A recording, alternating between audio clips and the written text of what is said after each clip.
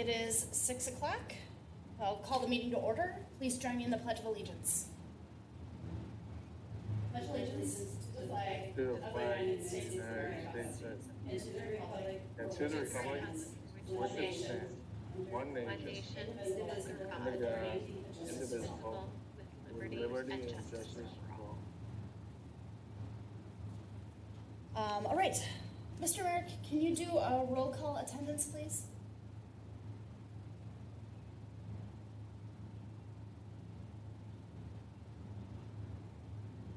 You may be on mute. Got me? Yep. Okay. Councilmember Henry? Present. Councilmember Mott? Present. Councilmember Sayer?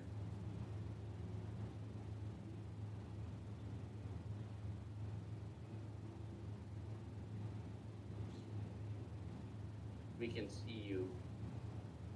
We'll count you as a present. And Councilmember Knight? Present. And Mayor Johnson? Present. All right. Welcome, everyone, and thank you for tuning into tonight's meeting. We value our residents and community members, and even though our doors are temporarily closed during business hours to protect you all, we want to make sure that everyone who wants to participate in our meetings and provide input can do so. State statute allows the city to conduct meetings by telephone, and council took action earlier this spring to allow our city council and commission meetings to temporarily take place remotely during this pandemic emergency. This meeting will be open to the public, but precautions set forth by the Centers for Disease Control, the Minnesota Department of Health, and Carver County Public Health should be exercised. Alternatively, participants can join this meeting and provide comments remotely via Zoom conferencing services. Zoom is a free service and can be accessed via the following. On your mobile device, all you have to do is download the Zoom app on the App Store or Google Play. On desktop devices, go to zoom.us from your computer or similar device. Or if you're dialing in using just your phone, you dial in 1-929-205-6099. When you're prompted, the meeting ID number that you'll enter is 813-0501-3110. So again, that telephone number is 929-205-6099. And the meeting ID number is 813-0501-3110. For anyone who's joining by phone only, so just dialing in, please be aware of these important instructions. We are broadcasting this meeting live. You'll also need to watch the online broadcast if you'd like to see any visuals that are presented during the meeting. The link is under upcoming meetings on cityofcarver.com. There could be up to a 1-minute delay for the Zoom conferencing line if you're watching the online broadcast. So there's going to be a little bit of a lag between those two. Please mute any external devices like your TV, music, or computer speakers to avoid distractions if addressing the council. All participants calling into the meeting will be muted until citizens' comments are recognized. You will be prompted by the mayor to speak at the appropriate time. Lines will be temporarily unmuted when the mayor calls for public comment. We ask that anyone wishing to address the council ask to be recognized, be respectful, wait for your turn to speak, and don't speak over one another. It is important that all council members and members of the public be able to hear each other and the discussion. So please speak loudly, speak clearly, and speak directly into your phone or microphone. Please listen carefully to the mayor's cues. Callers wishing to be recognized must speak up and get into the queue when prompted by the mayor. Callers will still need to provide their names and addresses for the record. Finally, different from our usual process, all actions of the City Council will be taken by a roll call vote, and each will repeat their name for the record.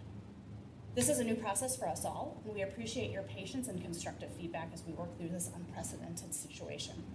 We are working hard to ensure your voice is heard while maintaining everyone's health and safety.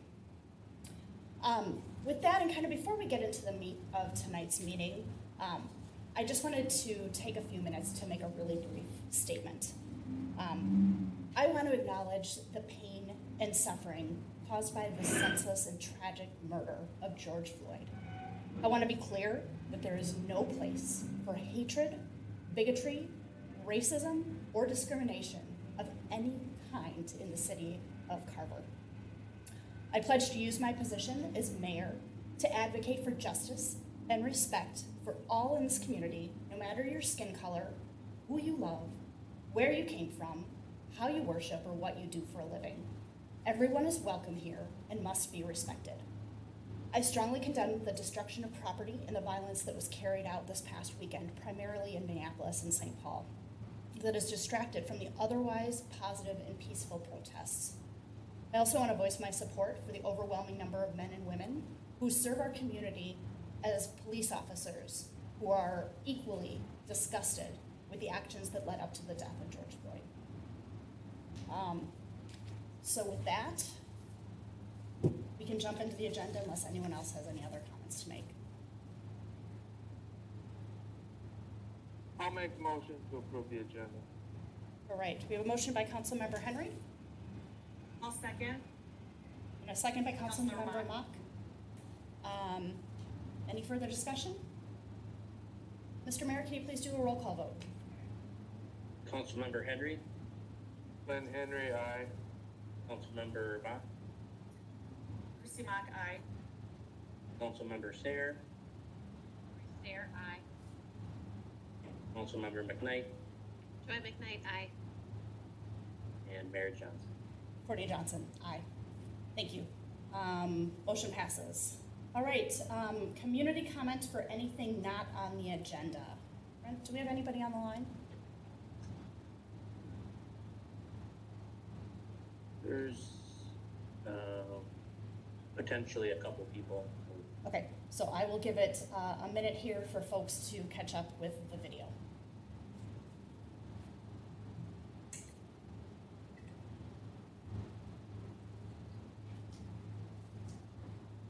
And Brent, this is Lori Sayer. If you're seeing a phone number that ends in 6761, that's mine. I'm not really sure how it looks when I called in using a different phone. Sure.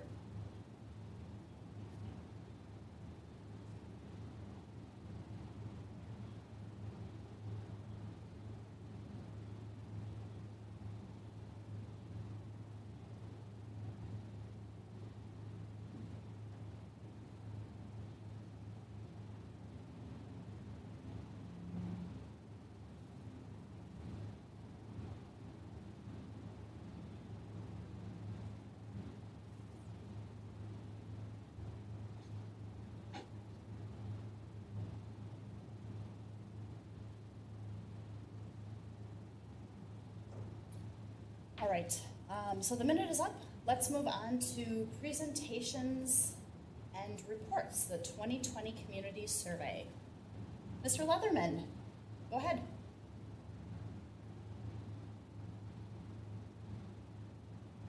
Good Hey. evening. It's a pleasure to be here with you this evening, and I'm going to attempt to share my screen. My 19-year-old son instructed me how to do this before he left, so. But he's left you on your own? He left me on, yeah, it's my own devices. Did everybody see the PowerPoint presentation? Yep. Yes. Well, just to remind everybody what we undertook for the city, we spoke with 400 randomly selected residents across the community. The interviews were done between April 15th and May 1st. The average interview time was 18 minutes.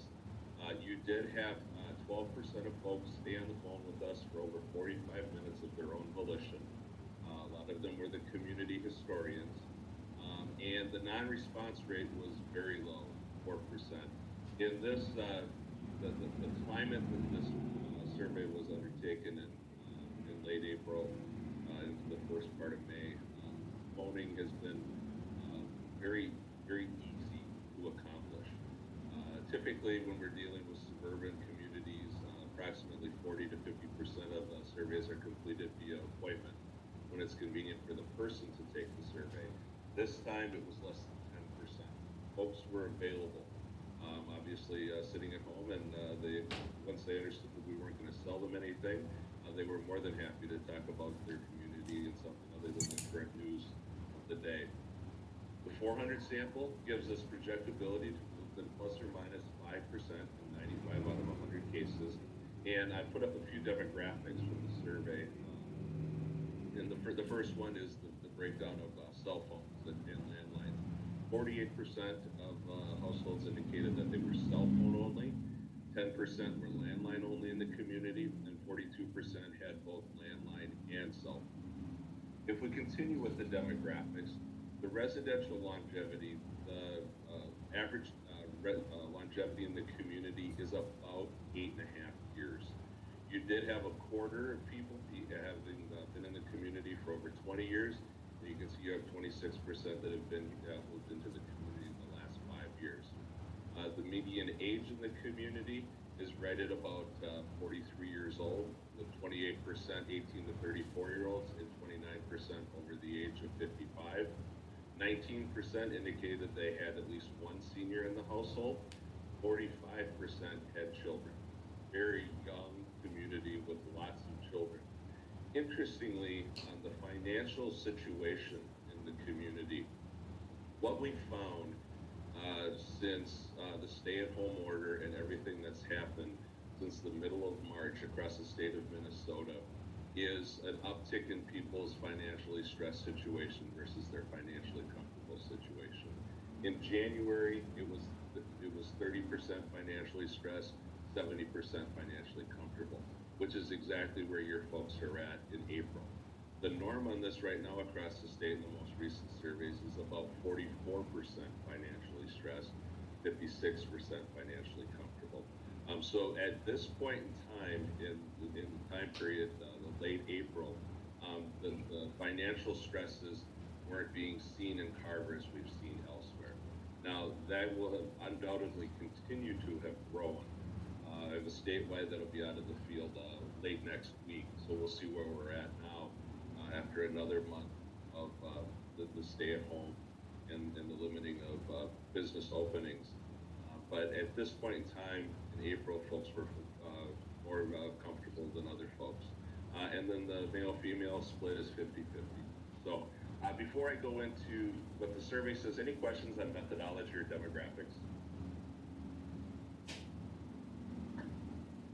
Hearing none, survey says, we always start out broad, as you know, as we went through and constructed the survey, and ask macro level questions and then go down into specific issues and topics. So we start out with an overall evaluation of the quality of life. 95% rated the quality of life in Carver as excellent or good. 4% said only fair, and nobody said poor. Most communities are in the 90 to 95% range. If you feel your community is only fair or poor, you're probably going to be looking for another community to move to. What differentiates communities, though, is the excellent versus the good. The enthusiastic response is enthusiastic positive. Your excellent rating is 46%. Norm on that right now across the state is 22%. So you're more than double. You almost have a flat majority of people that rate the quality of life as excellent. So this places you in the top quartile of communities that actually go above 40% in the excellent rating. People are enthusiastic about the quality of life in Carver. Now, what do they like most? The next two questions are open-ended, and they can tell us anything, and we collapse them down into categories. And on this one, we're looking at what attributes are folks valuing in the community. And you can see there's a clear theme on what they value in Carver. Quiet and peaceful, its small town feel, the schools, its safety, the sense of community, close to family and friends, parks and trails. We finally get the quintessential suburban response all the way down at 5% of close to job, and then convenient location at 4%. What people like most about the city are those small town attributes, whether it's the quiet, the peacefulness, the feel, the sense of community, the family and friends. That's the core value of what they like about living in the city of Carver. Now, if we ask what they like most, we always ask what's the most serious issue facing the community.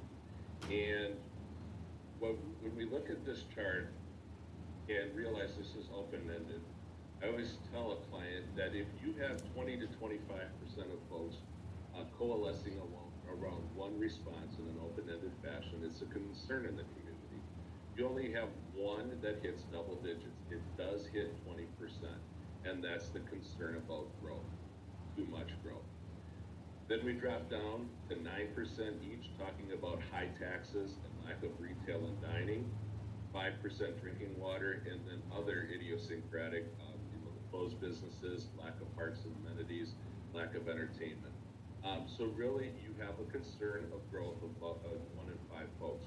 We'll go more in depth on people's feelings about growth and development, what they would like to see in the community. In looking at communities, I've been doing this 26 years now. And so a lot of the communities, I go back and look at Woodbury, Lakeville, as they were starting the great growth patterns that they had. As a most serious issue back in the 90s, too much growth was at 30 to 40%. There really was a heightened concern. Your folks, it is a concern out there, but it's not as great a concern as we've seen in other developing communities. If we go down to the bottom of the chart, I would like to flag that. And those are the folks that say no. There are no problems in Carver, it's utopia. We call those folks the boosters. They're positive throughout the survey, whether we're talking about city staff, communications, city services, what have you. They're community boosters. At 23% is extraordinarily strong. The norm on that right now in the metro area is 10%. So you have 2 times as more boosters than the norm. A really good sign, and that creates a really large reservoir of goodwill towards the city as you make difficult decisions and navigate development and growth. Overall evaluation then in the direction of the city, 89% indicate it's going in the right direction, 7% say it's on the wrong track, and 4% say unsure. Very strong. And when you go back and look at the previous chart, keeping in mind you had 20% of people saying there's too much growth, and only 7% translated over to say it's wrong track. And it's almost a 1-for-1 as I look at the data.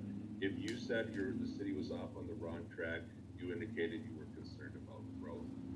So even if they were the 13% that indicated that there was too much growth, an overall evaluation still nets out as positive that the city's moving in the right direction versus the wrong track.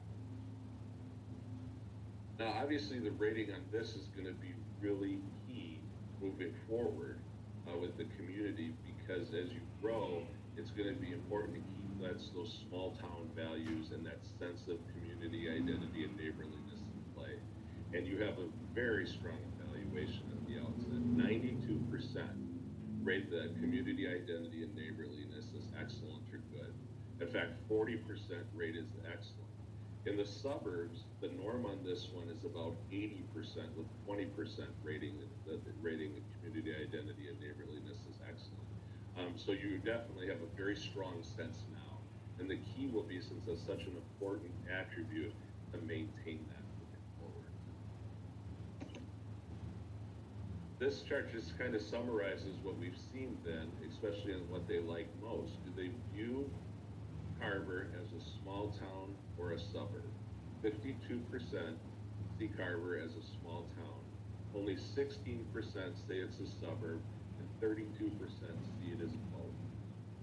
And so really, you have, if you want to attribute the both to each one, 84% of the community is seeing some portion of Carver as a small town, while 48% see Carver, some portion of it, as a suburb. So it is predominantly seen as a small town. Thus, why those attributes rise to the top of what they're liking most and what they value. Any questions on that general portion? I'll probably break this up in chunks since there's so many charts, and it's hard to go back when you're on chart 30 to ask a question about slide 6. Oh, that? Okay. We went through a series of city services and asked them to rate them excellent, good, only, fair, or poor. I decided to, since typically I just combine the favorable and the unfavorable, and then the only, fair, and poor together. But I thought it'd be interesting on a couple of these to pull up the excellent ratings. We want to see a blue tide instead of a red. Oh, that's not mine. instead of a red riptide. And we see blue across the board, especially look at police and fire protection. 98% and 99% rating it favorably, with 71 and 73% rating it excellent. Park maintenance and park facilities, 93 and 95%, with almost flat majorities rating them as excellent. The only one item, I'll point to one item to monitor as a little bit higher than the norm, and that would be stormwater runoff and drainage. We had 63% indicate rate the city favorably, 32% rated it only fair or poor. I don't know if there have been an issue with flooding or anything over the spring that would cause this rating. The norm on this is about 15% favorable, so it's a little bit high. On the flip side, the city gets high marks on street maintenance, among the top 5 that we've had over the past couple years, with 85% rating street maintenance positively, only 15% rating it negatively. The norm on that right now in the metro area is about 60% favorable to 40% negative. So whatever you're doing with streets has been highly evaluated by residents. Have services been able to keep pace with the growth? Yes, they have, in the minds of residents. 91%. Only 4% see a deficit as you encountered the growth, and more residents and more businesses indicating that services haven't been able to keep pace. So in the minds of residents, you've done an excellent job and continue to provide the services as more folks come. Property taxes. Carver County, and we've been working with the school districts, communities in Carver County for a long, long time. Carver County has quite a bit of property tax hostility. And we'll see in a couple slides the overall evaluation of property taxes in the community. This question asks, would you support the set of 3 bars on the left, would you support a property tax increase to maintain services at their current level? You have overwhelming support for a property tax increase to maintain. 73% indicate yes, 14% say no, and 13% want to know what services need a property tax increase to be maintained. Norm on that right now is 60%, and there are a number of communities that actually have majorities opposing a property tax increase to maintain than favoring it. On the other hand, maintenance is fine. Would they support a property tax increase to enhance city services? Not so much. 19% would support that, while 67% oppose that. Keep in mind, 91% think you've done a great job in providing city services and keeping pace with growth. So the maintenance portion makes sense to people. The need for enhancement isn't there at this point.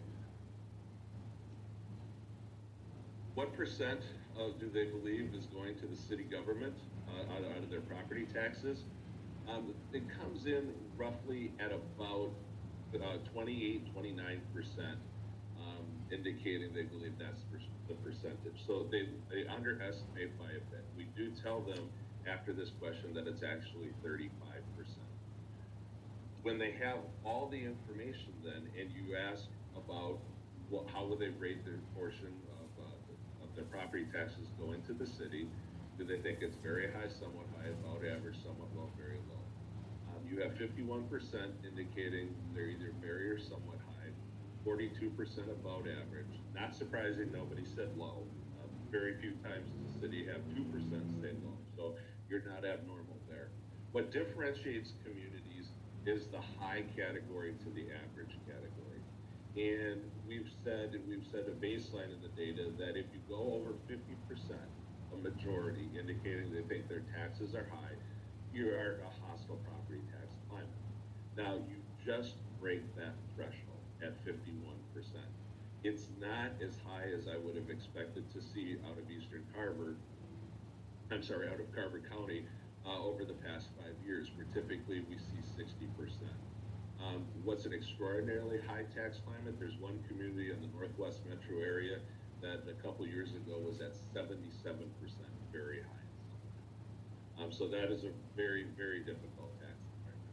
Your folks are tax sensitive.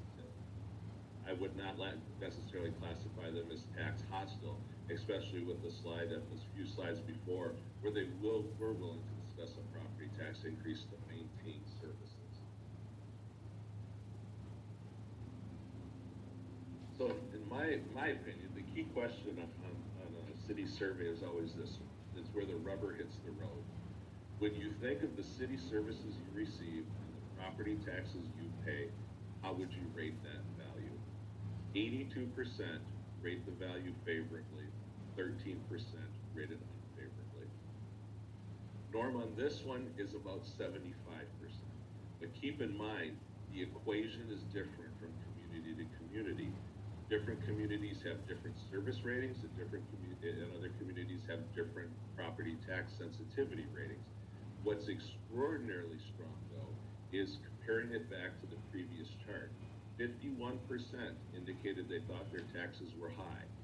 But when you ask them to put the property taxes they pay versus the city services they receive, 38% post a positive value. Only 13% say only fair or poor. Drinking water. We specifically pulled out drinking water out of the list simply with the water treatment plant coming on and to set a baseline rating. 65% indicated that they rated the drinking water in the city as excellent or good. You had 34% say only fair or poor.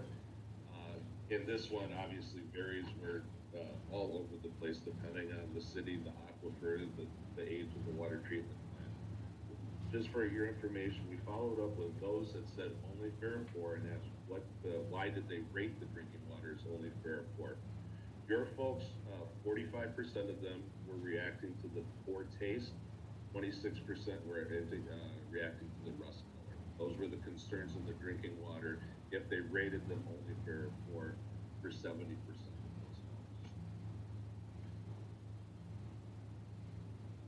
We asked a few questions, and this was worded as, would you support or oppose the use of city funding for, the first one was maintaining and improving city streets.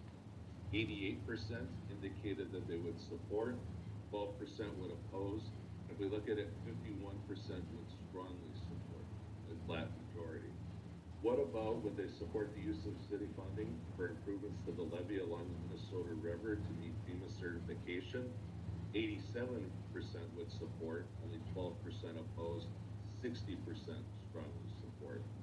And on continued public transportation service with Southwest Transit, 76% support, 20% opposed, with 38% strong support. You really do have strong support to continue use of city funding for all three purposes. The strong support indicates where the priority would be in the minds of residents with improvements to the levee, city streets, and public transportation. Going into development in the community. First off, what kind of development would they like to see? This is open-ended. They can use their imagination and come up with anything. Well, first off, we go down to the bottom. 41% said they don't want to see any more development in the community. Those would be the folks that are against further growth. And so when we look at those that support growth, what sort of things are they looking for? It starts out as secondary growth issues. By that I mean first growth issues are about housing concerns. Is it nursing home, life cycle housing, those sorts of things. Secondary growth is I want the amenities into the community once the community is grown. So 11% indicate restaurants, 11% indicate retail and services. We go to grocery store, movie theater, community center, parks and trails, pool, home improvement, big box stores. What folks are really interested in are the amenities that they want close now that they're in the community. If we ask what they would like to see, is there anything they would strongly oppose? Keep in mind, you basically have 40% of people saying they don't want to see any more growth when we ask them what they'd like to see. You have 60% indicating there's nothing they would oppose. So it nets out that the pro-growth folks in the community, those that are just set and don't want any more growth, and versus those that want growth is about 20% more towards the pro-growth side. What sort of developments are folks opposed to?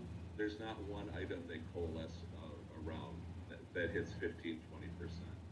Tends to be focused on housing though, whether low income, any type of housing, apartments and townshops, or townhomes, and then tobacco shops. But it nets out in open-ended questions that about 60% of the community is open to just about any type of growth, and 40% really would like to see growth limited.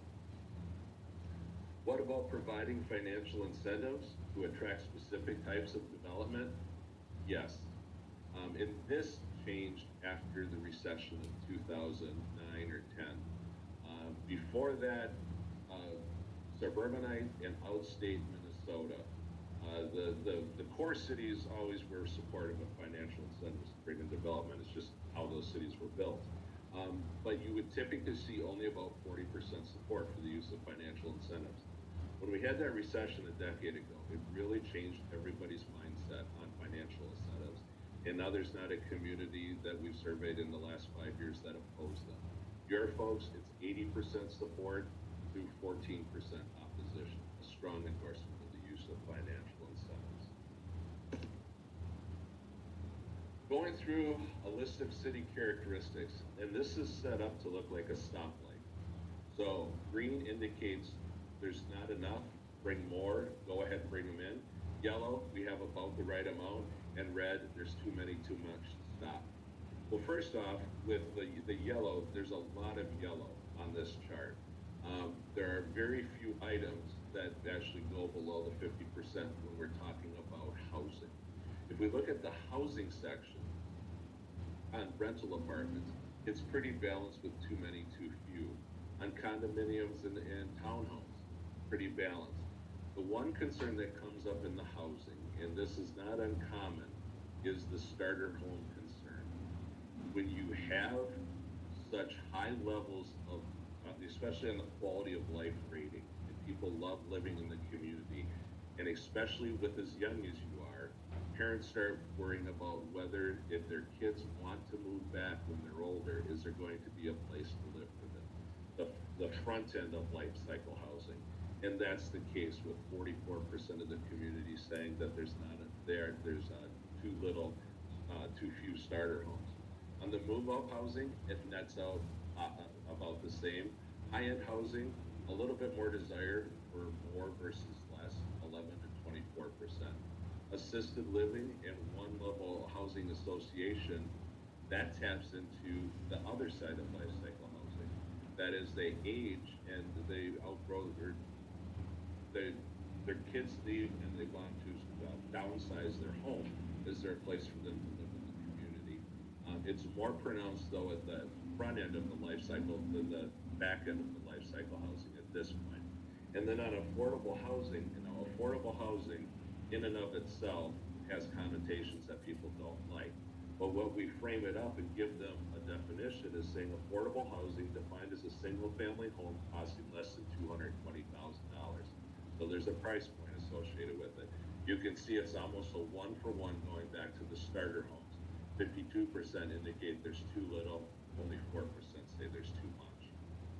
Now, Peter, yeah. Can you state, I'm sorry, it cut out just a little bit for me. So when you were reading what the question was back, I didn't quite catch the numbers that you were talking about the price. On the affordable housing, it was $220,000. Okay, thank you. Yes. You can see the real demand on the chart, though, is going to those secondary growth types of development. Job-producing businesses, 66% would like to see more. Service and retail establishments, 51% would like to see more. Entertainment establishments, 53% would like to see more. And restaurants, 53% would like to see more. So the prioritization in the minds of folks is those sorts of job producing and service, restaurant, entertainment establishments, but then working on the edges of affordable housing starter homes for their children to move back into the community, and potentially exploring opportunities for them to stay in the community as they downsize in the future. Any other questions at this point? All right, park and recreation facilities. Overall, how would they evaluate the park and recreation facilities in the community? 79% rate them positively, 19% rate them only fair or poor. It was actually 18% said only fair, 1% said poor. I just combined it into one. So a strong evaluation of the overall park and recreational facilities. What about programs? You have an extraordinarily high usership of programs in the community, but that's not surprising since you have 45% of households with children. Half the community indicated that some member of their household had used the city recreational program. Satisfaction with the experience, 99 to 1. It's really going to be hard to get to 100% on this one. You have very high usership and you have a very high satisfaction with the programs. Does the mix of recreational program meet the needs of your household? Yes. 88% indicate they do, 8% say no. Does the mix of park and recreational amenities meet the needs of your household? 88% said yes, 7% said no, they don't. Question we added at the end after the last meeting with council when I was out there with you was, would you and members of your household be much more likely to participate in recreational programs if more were offered in the city of Carver? Somewhat more likely, or does it make no difference to you? 39% indicated they would be more likely, 58% said it would make no difference. 23% indicated they would be much more likely. But in looking at the data, what it would increase is you already have extraordinarily high usership. The users would be more likely to use. You really are not picking up any of the non-users by bringing it to Carver versus keeping the relationship with Chaska, coming across the border. Users are going to use whether they're in Carver or Chaska. The non-users, it really comes down to a whole bunch of different attributes of, from no interest to age and health to no time being the barrier, not the location. Do folks leave Carver on a regular basis? 68% said yes, they do. 17% indicated no, that they either work in Carver or stay-at-home mother or father, and 15% indicated they were not currently employed or retired. How of the 68% that normally leave Carver, how do they normally commute?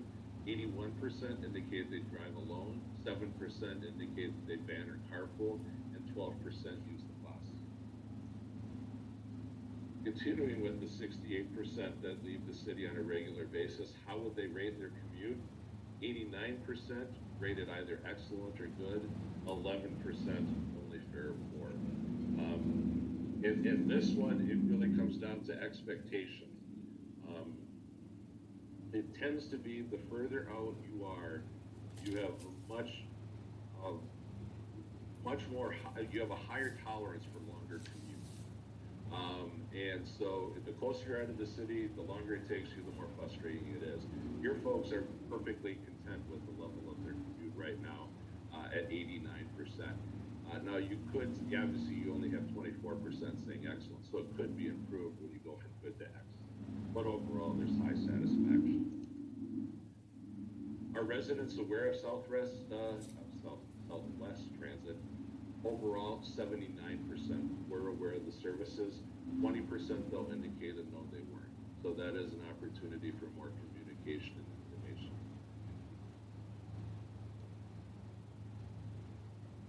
Other than voting, do you feel that you could, if you wanted to, have a say about the way the city runs things?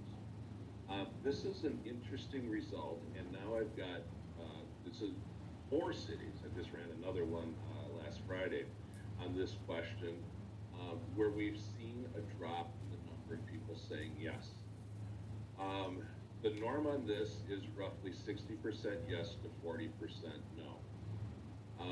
What seems to be happening, and I'm going to follow up in a city survey coming up later in June on why they feel this way. people are not moving into the no category, they're moving into the unsure category. And I really do think it has something to do with how council meetings are being run right now as we're presenting on Zoom. People in that interaction, they're not saying, no, I can't, that's at the norm. They're just saying they're unsure because they know that there's no in-person city council meetings happening or any sort of meetings happening anywhere. So it's an interesting result, but the no being at 39% is right at the average. How would they rate their knowledge of the work of the mayor and city council? Your folks, I would say, give themselves limited knowledge of your work. 28% indicate great deal or fair amount. The norm on that is about 40% of people that are following very closely. Now, this one cuts both ways because oftentimes higher levels of knowledge occur when there's a lot of controversy going on in the community. And people are very much in tune. And, back to the days of Jesse Ventura as governor when they pop popcorn and watch the city council meetings. A lack of knowledge is not necessarily a bad thing. It indicates intent, but it would be very good in order to have just kind of shift the chart and have people saying, yeah, I know a fair amount of what's going on. City staff, overall evaluation of 75% favorable, 15% disapprove. On this one, we're always looking at a ratio because it varies. City staff, the rating 74 to 15, so about 5 to 1, very strong. Norm on that is about 3 to 1. Your staff is very well regarded. What about contact with City Hall? 36% indicated that they had contacted City Hall either in person, on the telephone, or using the website during the past year. How would they evaluate that contact? We use a threshold for public service satisfaction at 80% favorable rating. You can see on the waiting time for city staff, 94%. On the ease of reaching city staff who could help you, 82%. On the courtesy of city staff, 95%. And on the efficiency of city staff, 91%. All above the 80% threshold, 3 of them more than 10 points above the threshold. The one item that is a little bit lower at 82% is really the one item when a city asks this series of questions, that's the concern. So the efficiency and courtesy of city staff really doesn't tend to be the problem. It's the ease of being able to reach somebody to help you. You still have 82% rating it favorably, but it's an opportunity for improvement, obviously. And the final section was on communications. Where are folks getting their information? 38% indicate that they're getting, this is open-ended, they can tell us anything. What their principal source of information is the city newsletter. 33% indicate the city website, and you have now achieved the highest level of people saying that the social media is their principal source of information that we have. 15%, 1 in 6 in the community, their primary source of information is social media. The norm on that is 5%, so you're 3 times higher. Word of mouth at 7%, then mailings, local newspaper. So the unique finding is social media, but you have a very dominated 2-tier information source, the printed newsletter at 38%, and the website at 33%. How would they prefer to receive information? Well, this almost lines up one for one. We want to make sure that they're getting the information where they want to get it, and the city website, 33% indicate, yes, that's how I'd like to get it. Keep in mind, 33% get it that way. The newsletter drops from 38 to 29%, and where those folks went into is mailings at 8%. Not necessarily they needed to get a newsletter, but just like a 1-page mailing every 3 months just to give them the highlights of what's going on, but they still prefer print. Your social media folks, they like the social media as their primary source of information. It's almost a 1-for-1. If I net this out and look at it electronic versus print, you have 29% with the newsletter, 8% with mailings, and a local newspaper at 7%. You have about 44% indicating you receiving information from the city via print. If we look at it electronic, it's about 49%.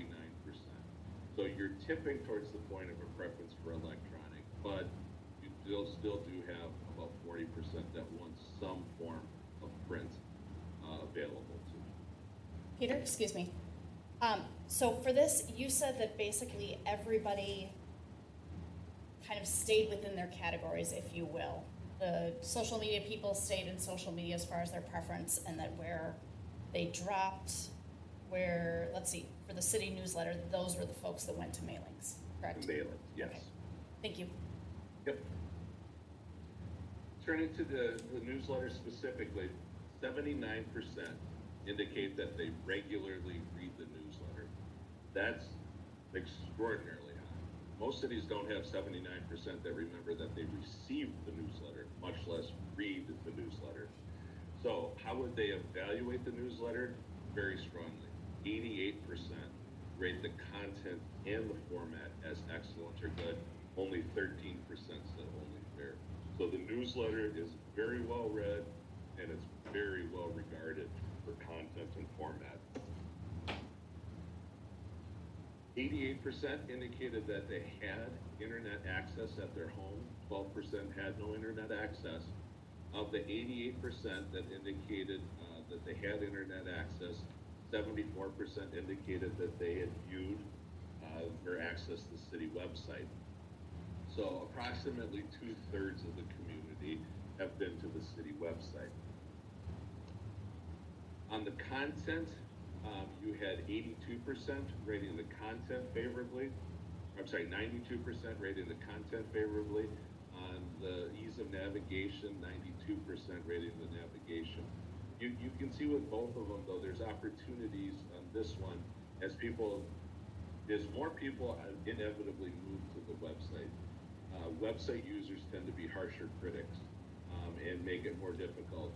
Ideally, you want more people saying excellent than good, because if you just have a good experience in the use of navigation, it might still constitute potentially a problem for them. So I think the website overall is an evaluation. It's very heavily used, and so it's possibly opportunities for growth with content and the ease of navigation. Social media. Well, we know your folks as a top of the mind, open-ended response. 15% indicate that it's their principal source of information. We asked the question, have you used the city of Carver government Facebook or Twitter to receive information from the city? 55% of the community indicated that they had.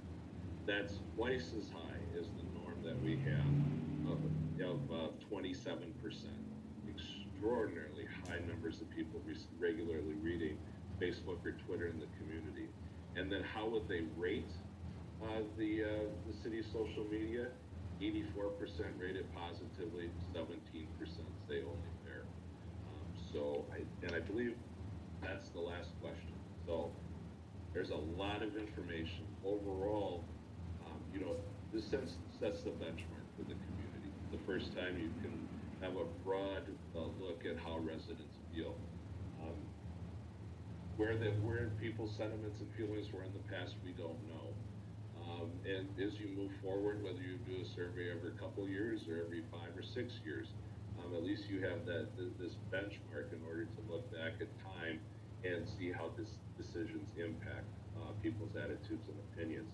But you really do have a very content community who, at their core, view themselves as a small town in the midst of the metropolitan area. And those values really are important to keep in mind as you make decisions, but also keep in mind that there is a strong desire for a lot of things in the community, whether it be restaurants, restaurants, entertainment establishments, and that life cycle housing. The good news is they feel so strongly that the city is moving in the right direction. And if we go back to the basically 1 in 4 people in the community that are boosters, there is that reservoir of goodwill that will hold you over well in difficult times. So I'd be more than happy to answer any questions you have. Any questions for Mr. Leatherman? Seeing none. I've rendered everybody speechless. Yeah, you have. You know, Courtney, go ahead. I have a question a little bit more internally for us. Are we planning to post this for the public to view, or how are we planning on getting this out to the public if we plan on putting it somewhere? Great social media. Well played. It looks like Brent's looking to field that question. Yeah, I think there's a couple of things we can do. So one, take it to synthesize it, put it into the newsletter and social media website, etc. Then two, I'd like to create kind of an outline for discussion that would maybe tee up a related action plan, not really getting into a full strategic plan, but are there, it's kind of one of those, pick up 2 or 3 like of the lowest hanging fruit and say, okay, let's act on these and not try to take it all on in one kind of big gulp, but say, okay, these are items that we know we can tackle right away. These are items that we're going to park for our strategic planning process.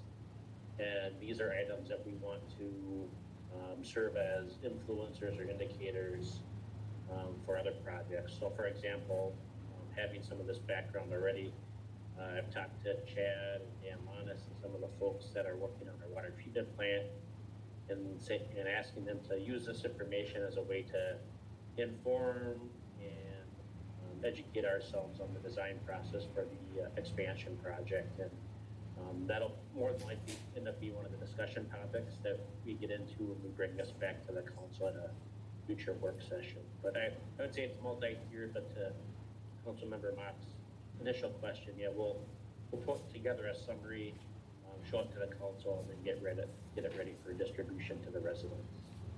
Okay, and just in looking at the presentation, which I thought was really wonderful, I did need a little bit more explanation on some of the headers, and I'll just pick out the affordable housing, because that rang one definition in one person's head and something different from maybe what the survey intent was. So I just want to maybe, not maybe, but make sure that we kind of flush out where people may have a wrong impression of what the question is gearing towards, or specific terms that might be misconstrued.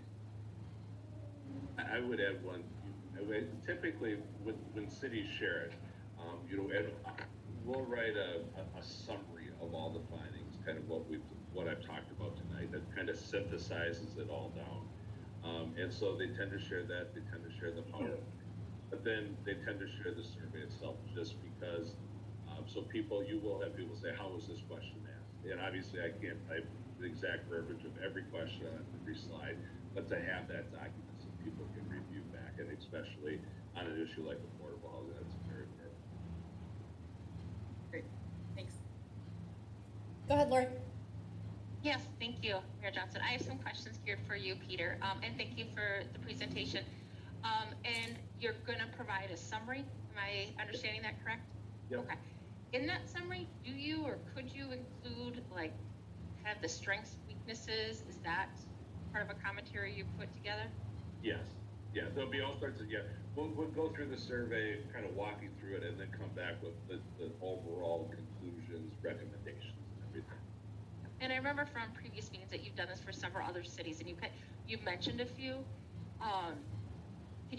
And so it sounds like it's just Minnesota, but are you talking like 10 cities or like 50 or like how?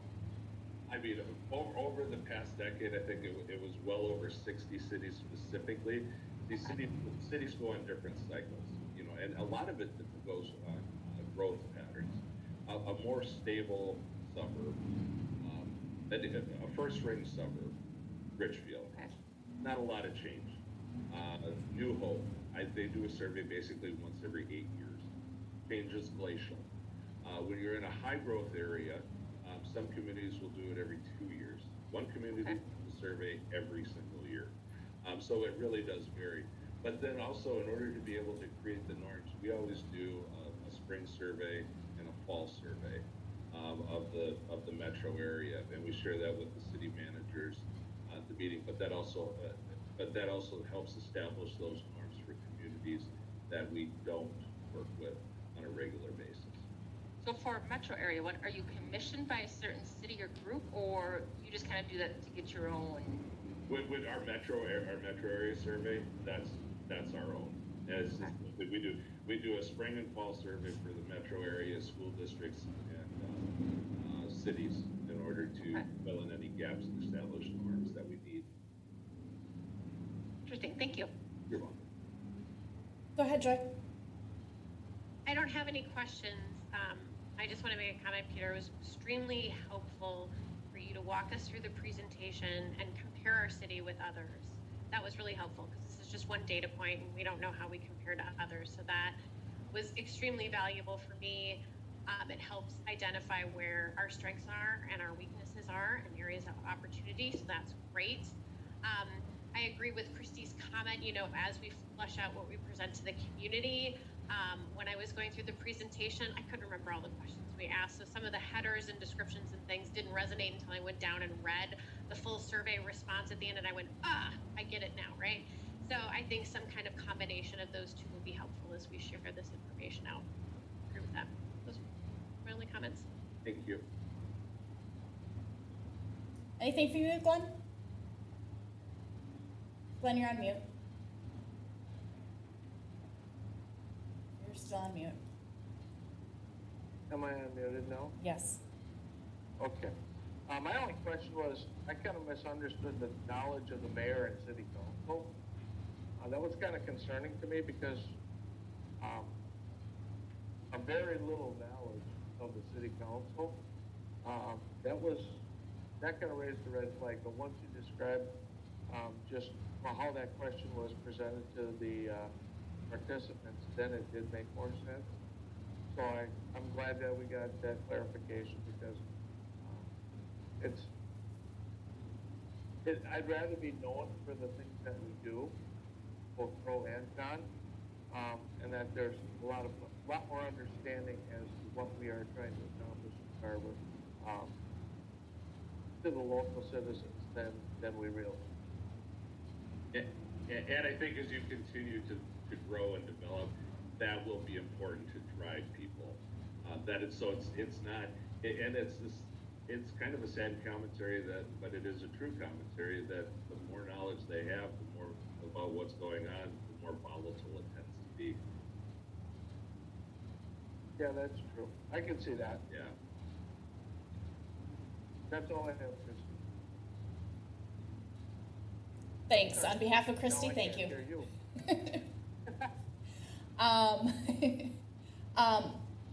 Peter, thank you. That was really, really informative. I appreciate you going into the detail.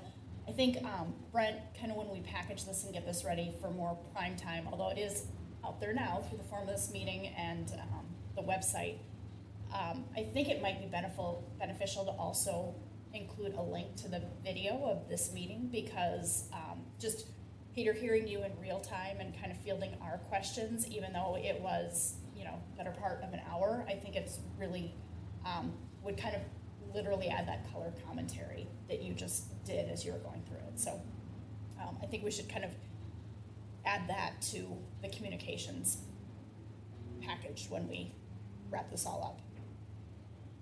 So, all right. If there aren't any more comments, we will move on. Thank you very much, Peter. Have a great evening. Thank you. Be well. Thank you, you too. We are at 6:59. So in the interest of time, let's move ahead. So we have to do the consent agenda at 7. Let's move ahead to, the public hearing at 7. Let's move ahead to item 7 on the agenda, the consent agenda. I'll make a motion to approve the consent agenda. Glenn Henry. We have a motion by Councilmember Henry I'll second that. Lori Sayer. and a second by Councilmember Sayer. Any further discussion? Mr. Mayor, can you do a roll call vote, please? Councilmember Henry, Aye, Glenn Henry. Councilmember Mott, Aye, Christy Mock. Councilmember Sayer, Aye, Lori Sayer. Councilmember McKnight, Aye, Joy McKnight. Mayor Johnson. Aye, Courtney Johnson. All right, it's 7 o'clock now, so at the risk of hopscotching a little bit, why don't we go back and do the public hearing for the Skyview Alley vacation. Let's see, Ms. Richmond or Brad? I'll be, this is Brad Schechter. I'll be in place of Beth today. Okay, I'm going to share my screen and ask maybe Brent to let me share my screen. Working on it here. All right. Should be good. Okay, I'm going to share my screen and go through a quick PowerPoint for you.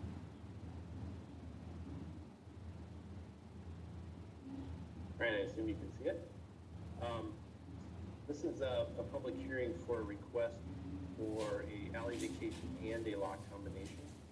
It was presented to the Planning Commission at their last meeting, and they recommended approval of this. This is for 309, 313 Skyview Lane.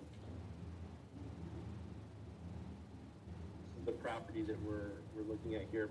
There are currently 3 separate tax ID parcels. The one on the corner here is an individual property. The one here is a house. And then this larger parcel here is owned by the same property here. On this parcel is a garage, pool house, and a swimming pool area, and then a shed. So this alley that you see here does not exist as an actual paved alley, but the driveway that serves these 2 properties comes in here. And the request that we have is to vacate this alley and combine these 2 lots into 1 lot. This is the survey of the property. You can see all the individual lots. Again, these 2 lots are combined as 1 property, and then the rest of these are 1 address, if you will, but 2 separate parcels. The hatched line represents the alley. The request would be to vacate that alley and return the vacated portions to this property owner and then the remainder to this property. We would retain the drainage and utility easements across that area, as I believe there's some still functioning aspect that need those utility easements there. The questions, this is one that I think Erin started the dialogue with the property owners, and so we inherited it during her maternity leave. One of the questions was, what is the existing nature of the property? It was investigated. It is 1 single-family home, and the other parcel is a garage facility. There are some plumbing facilities in it to serve as a pool house for the pool component. But that second structure is a detached garage. There is a workspace that's within it as well. But it is not a residential parcel. So the 2 units here, and this is a single-family house, and this is an accessory structure. So the lot combination would still have 1 principal structure on the lot, which is the single-family home. This is what it would look like after the vacation and returning of the vacated portion of the alley to the property here, and the remainder to this property here. Both the property owner for this parcel, for these parcels, as well as the property owner here, were party to the petition for the vacation. And so with that, there are 2 resolutions. 1 resolution to approve the actual alley vacation, and the second resolution to approve the lot combination are in front of you for action. With that, I would entertain any questions. go ahead, Lori. 2 questions. You had said just like about 2 minutes ago, I was going to try to catch you, something about both property owners. Yeah, there's one property owner here, Yeah. and one property owner here. And what is you got an opinion from them or their consensus? Yeah, they requested, essentially this property owner is requesting the combination of the lot. This property owner was party to the petition to. Party to, okay, yep. Yeah. Okay, Yeah. so that was the word I wanted to make sure I Correct. clarified. And then how did this get happen at the city level, or the property owner would, will help? That, I do not know. It was started, I believe, by the property owner calling Aaron to inquire about it. And it's, if I understand it correctly, it's been kind of a practice that the city's been willing to vacate those alleys that aren't used as access for property. Is it just kind of cleaning up, title work, or to combine parcels, or like, what's the motivation? You know, I couldn't really answer that. I think there's probably some benefit to them having it as one parcel, but I don't really know the answer to that. I know that it's not uncommon for cities that have alleys to vacate them if they don't actually use them as functions. Unless you've got utilities and drainage components to it. And in this case, we don't need the alley right of way. And so that land can go back to the property owner so they have more land to deal with. So if they want to put a fence in or something, they don't have to, they can go further within that, the bounds of that. Whereas it's an alley, it's public right of way now, therefore they don't have as many freedoms to use that property. Thank you, that answers my questions. All right, Joy, go ahead. Can you go to the next slide? So the dark gray area, which I think is representing the driveway access into the two properties that want to be combined. That's correct. Is that correct? So that driveway is entirely currently within that property owner's property. It's It looks like it is, I would say that driveway straddles the property line and is partly within the alley okay. and partly on the property. So in the post scenario, is their driveway entirely in their property? Yes. Got it. That's what I wanted to confirm. Yep. That's what Great. I thought I saw. Okay, thank you. That's it. So that's a good point, and that's probably one of the reasons why they cleaned that up. So. Yeah. Makes sense. Thank you. Christy, any questions? No? Glenn, any questions? Is Larry Harris available? He's on the call. Larry, does this meet our standard operating procedures for vacating? Is this common? And do you have any issues with our easement access or anything like that? No, this is kind of the classic example of why the city would vacate an alley. We've got property owners that encroach on an unimproved alley. A couple council members have already made points about sort of makes sense to clear it up. You can see, and about where the arrow is sitting on the slide that's currently on the screen, right underneath it, there's a sanitary sewer manhole. When Aaron first came to this with me, I said, well, we need to make sure we preserve, and there's probably clearly some utility lines in there, but we're preserving the city's right to access our utility lines and improving in perpetuity. So I see no reason not to grant this request. It just clears up kind of a messy situation. Yeah, what Larry's referring to is in retained drainage and utility easement. Okay, thank you for clarifying that. Those are all my questions. All right, I am going to open up the public hearing. The following was communicated in regard to public comments. This meeting will be open to the public, but precautions as set forth by the Centers for Disease Control, the Minnesota Department of Health, and Carver County Public Health should be exercised. Alternatively, participants could submit written comments prior to the meeting to the city planner at beth@hkgi.com, or could join this meeting and provide comments remotely via Zoom conferencing services. Brad, did we receive any comments on this? We did not. Okay. All right. Brenda, is there still any members of the public on? Should we do the 1 minute for comments of folks who may be on the Zoom call? Let me look.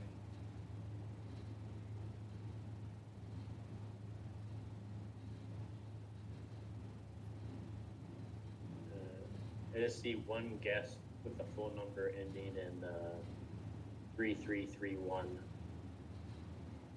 Okay. We will give them 1 minute here to make any comments if they so choose.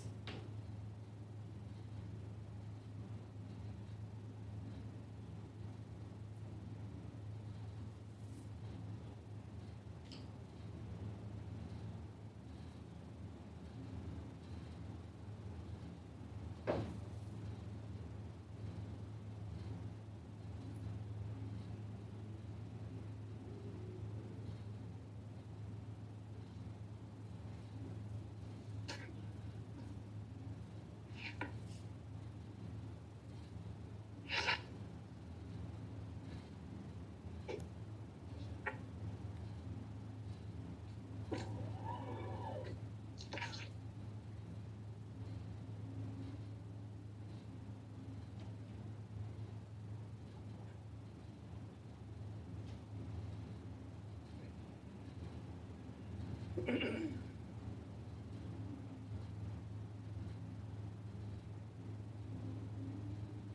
right, the minute has passed. I would entertain a motion to close the public hearing. I'll make a motion to make close the public hearing. We have a motion by I will Councilmember second Mock it. and a second by Councilmember Henry. Any further discussion? All right, Mr. Mayor, can you take a roll call vote, please? Councilmember Henry, Aye, Glenn Henry. Councilmember Mott, Aye, Christie Mott. Councilmember Sayer, Aye, Lori Sayer. Councilmember McKnight, Aye, Joy McKnight. and Mayor Johnson. Aye, Courtney Johnson. All right, the motion passes unanimously. Thank you. Any further council comments or questions? Hearing none, can I get a motion to adopt Resolution 119-20, approving an alley vacation in Block 75? I'll make I'll the make the motion. motion. Got a motion by Joy McKnight. I will second it. Okay, and a second by Joy Henry. Councilmember Henry. Any further discussion? Mr. Mayor, can you do another roll call vote, please? Councilmember Henry, Aye, Glenn Henry. Councilmember Mott, Aye, Christie Mott. Councilmember Sayer, Aye, Lori Sayer. Councilmember McKnight, Aye, Joy McKnight. Mayor Johnson. Aye, Courtney Johnson. Motion passes. All right, moving on, can I get a motion to adopt Resolution 120-20, approving a lot combination for the properties located at 309 and 313 Skyview Lane? The PID numbers are 2005 02170 and 2005 02150. I'll make a motion. Motion by Councilmember McKnight I will second it. and a second by Glenn Henry. a second by Councilmember Henry. Any further discussion? Mr. Mayor, can you do another roll call vote, please? Sure thing. Councilmember Henry, Aye, Glenn Henry. Councilmember Mott, Aye, Christie Mott. Councilmember Sayer, Aye, Lori Sayer. Councilmember McKnight, Aye, Joy McKnight. Mayor Johnson. Aye, Courtney Johnson. Motion passes. Thank you. Let's see. Moving on, there is no unfinished business this evening. New business 9.1, the recreational fire ordinance. Chief Turnbull, go ahead. Good evening. Thank you, Mayor and council members, for giving me the opportunity to speak with you tonight regarding the open burning ordinance. Having an open burning ordinance would help eliminate some of the health, safety, and comfort hazards that have been placed on some of the Carver residents in recent downtown history. It also provides guidance for residents to how to safely have a recreational fire within the city limits. Some of the highlights of the ordinance is it provides definitions on burning, open burning, recreational fires, portable fireplaces, and the Minnesota State Fire Code. It also provides what's acceptable to burn in the city limits, which is raw, untreated materials, and what is prohibited in burning in the city of Carver, which is rubbish, leaves, yard waste, and a couple other items. It also provides guidance on an appropriate size fire and the location in which a fire should be from a structure. This ordinance, if adopted, would help reduce fire calls and calls to the Carver County Sheriff for residents burning toxic materials or having unsafe fires. Our recommendation from the fire department would be that the city adopt ordinance 4-2020. Brian and I are here to answer any questions that you guys might have. All right. Does anybody have any questions? Go ahead, Christy. Brian or Callie, the one that we have now, are we any more restrictive than the state? I know last time we had talked about that we were following the state statutes. Are we right on with that? Correct. Okay, that's all I have. All right. Hearing none. Does anybody have a motion?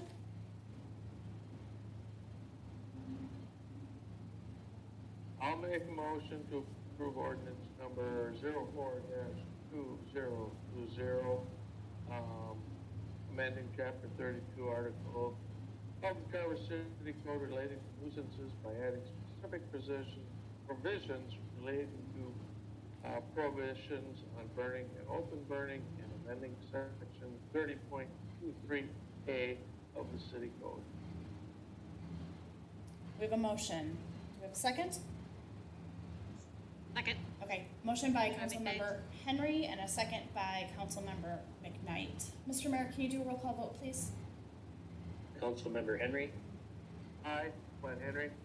Councilmember Mott, Christie Mott. Councilmember Sayer, I, Lori Sayer. Councilmember McKnight, I, Joy McKnight. and Mayor Johnson. Aye, Courtney Johnson. All right, motion passes unanimously. Thank you, Kelly and Ryan. Appreciate it. Welcome. Thank you, guys. Have a good night. Stay safe out there. All right, moving on to 9.2, the cable franchise agreements. Mr. Blum.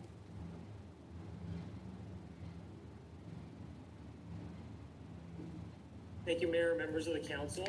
I am here to give you all a update on our process for this ordinance, as well as to seek some of your feedback.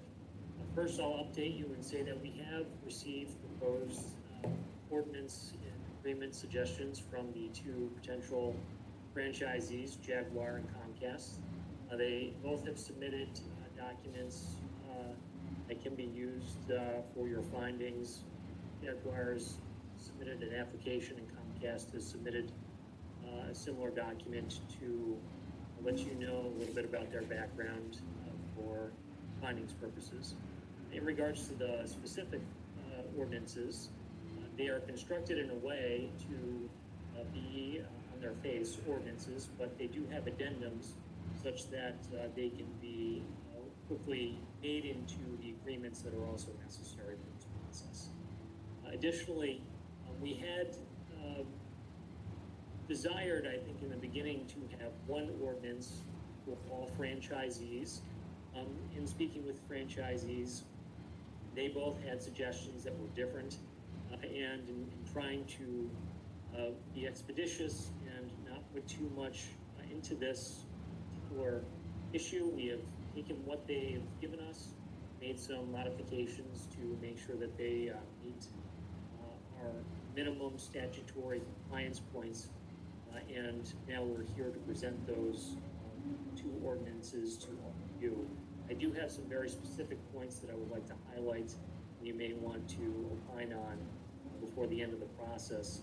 At the end of the meeting, what I would like to have is any necessary comments that I need to make a final stamp of approval on these ordinances, get them drafted, present them to you for adoption or not at the next meeting in June with the appropriate notice.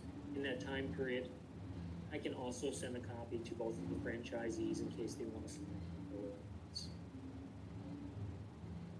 So with that, I'll just go down my list unless someone wants to stop me here and ask me any questions about process or where we've been until now. I am not seeing any hands go up, so go ahead. Thank you. And so I'll just look at that first point on the memorandum that's in your packets. You should have a full copy of the ordinances, and I'll try to reference page and section numbers as we go to help anyone that wants to look at the specific language. But first point is that generally Jaguar in its document has point by point very specifically followed the statutory requirements in our state statute that gives very specific verbiage for what we're supposed to do in these kinds of ordinances. Comcast, to contrast, has incorporated some of those points to the extent that they haven't incorporated all of them. They've incorporated them by reference to the specific statute that requires specific lines or points to be put in. And we're trying to be minimally compliant here with our review and our check, and so we didn't ask more of them than that at this point. Going down to the second point of difference or interest, we're looking at the reimbursement provisions. Comcast, in the reimbursement provision is in regards to if something should happen in the right of way and that requires one of these franchisees to remove or modify their equipment such that it costs them something. The reason why this came up as sort of a highlight is that Comcast uses the language, and this is in Comcast agreement on page 2 to page 3, it's section 3.3, and they say the grantee shall be entitled to reimbursement, which is very strong, favorable language for Comcast, such that if they have to move anything in the right of way, they're going to be reimbursed. And Jaguar's language is a little bit different in that it says, and this is on Jaguar's agreement, page 4, section 2, paragraph down, subparagraph B. If the city enters into an agreement to reimburse other occupants of right of way for relocation or removal, then the grantee shall be likewise reimbursed. So it's almost like saying, if you're going to help other people out when you destroy what's there, or you making them move what's there, you're going to help us out too, which seems equitable to me in our assessment. And that's contrasted with Comcast's section, which says you're going to reimburse us. So that's that part of it. Are there any questions about this contrast between the two agreements? Or do you want me to just keep going and then you can give me questions at the end, whatever Mayor and members of the council you prefer? Yeah, I keep going, Ron. I'll keep an eye for any hands to go flailing, but until then, keep going. Thank you for that. I appreciate it. Yeah. So the third point is that Jaguar has substantially more in the agreement in regards to building out or starting fresh. And that makes a lot of sense. In other words, when you're a new entrant, you're going to have a lot more to worry about in regards to what's your build out going to look like, what's the design going to look like, and how long is that going to take you. And that's very appropriate for Jaguar as a new entrant, and that is in their agreement, I think, very appropriately. And that's in contrast to Comcast, which does not have as much of that language because they're already built out in the community, they're an incumbent, so it's not as relevant to them. So that makes sense to that difference there. But there is another difference in point 4 is in regards to termination or revocation provisions. And I'll just highlight that section 6 in the Comcast agreement, and I'll summarize this on pinching down the language a little bit for our discussion. Essentially, you can revoke after 45 days for a revocable occurrence, unless the franchisee initiates reasonable steps to remedy or gives the projected date, possibly greater than 45 days until who knows how long, to remedy. And so this effectively gives them until whenever they want to fix a problem, which seems very open-ended to me, and that's a provision that allows them to satisfy a problem by initiating reasonable steps to remedy or setting a date by which they can fix it, gives them a ton of flexibility to fix problems. And that's in contrast with Jaguar's. So if you go over to Jaguar's agreement, this is all section 8 on page 7 to 8. And in summary, you can revoke after 60 days and due process via it. It's much simpler and cleaner, and there's a, that 60 days is the provision or the time period for them to correct things, and that's a little bit different than Comcast, which has a time period, but then gives them the opportunity to extend it substantially. So that is something to, yes. Can you clarify that the remedies are related to cable TV service, not like right-of-way work, correct? That is my understanding, yes. So if they fail to perform under the agreement, essentially.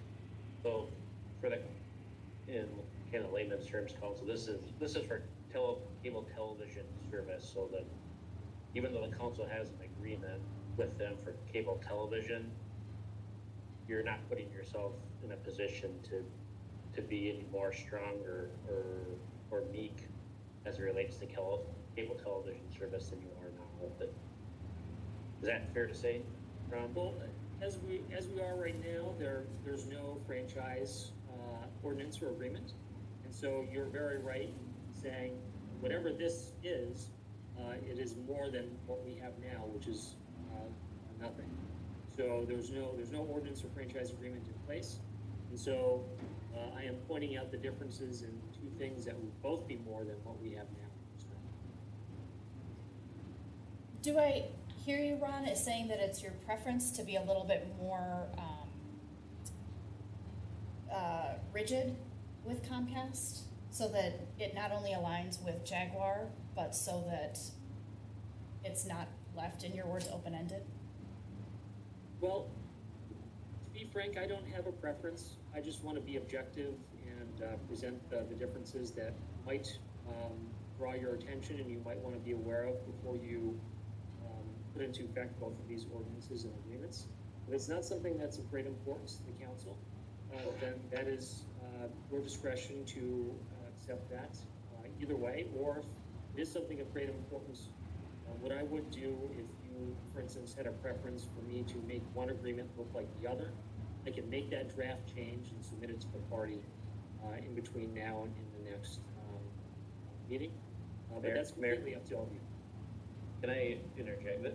So this is, like, for example, someone is having problems with getting ESPN, and this is the more rigid that we get, the more we go on one-way track to forming a cable commission that regulates how service is provided, and that's not what I've heard from the council wanting to do. We are simply trying to check the box to meet a statutory requirement for cable television services to have a franchise with a local municipality. And so I think the description sounds ominous, but at the end of the day, we're talking about television. And my inclination from the council is that, from past discussions, is that we're leaving that in the hands of the residents, and we're doing this to more or less follow procedure. That's my understanding as well. Okay, so Brent, I hear you saying that you are comfortable with it as is. 100%. Thank you. Okay. Go ahead, Ron. Okay, and I will just point out one more difference between the two agreements, and that is in regards to insurance. If you look at Comcast, they're open-ended, and they indicate that they will maintain whatever is required. If you look at Jaguar, they have very specific amounts for particular instances. That's, if you're curious, on page 627, Jaguar is section 6. Paragraph 2, where they will lay out very specific amounts for any insurance that they are required to carry. And there's nothing to say that you couldn't require Comcast to hold the same insurance. There's also, frank, these are large companies. They're likely to carry the insurance already that is being required, and it is entirely up to the council whether you want to be very specific about that or be satisfied with the language.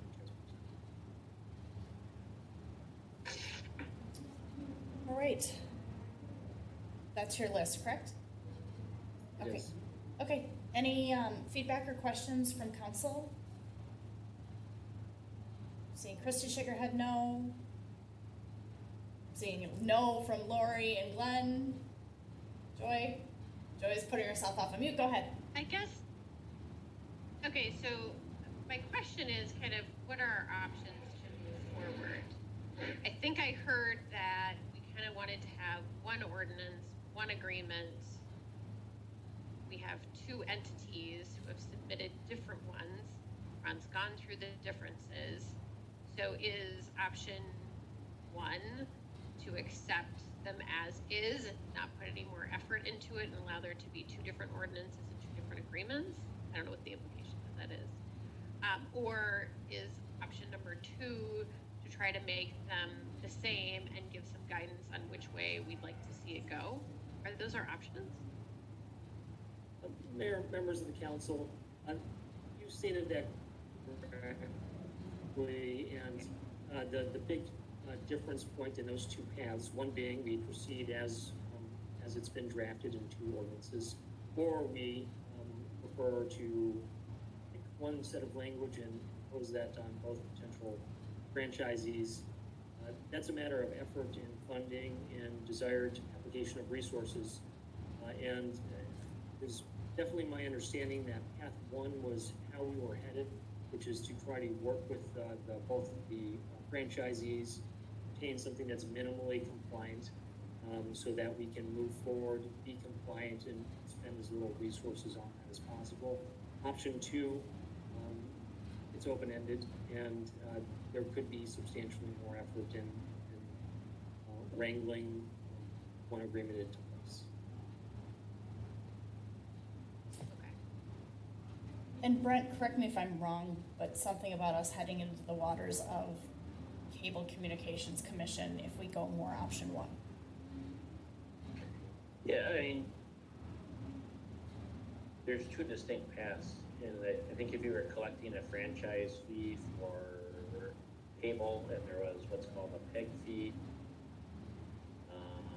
for funding our local access channel and related technology equipment, I think all those things are at play.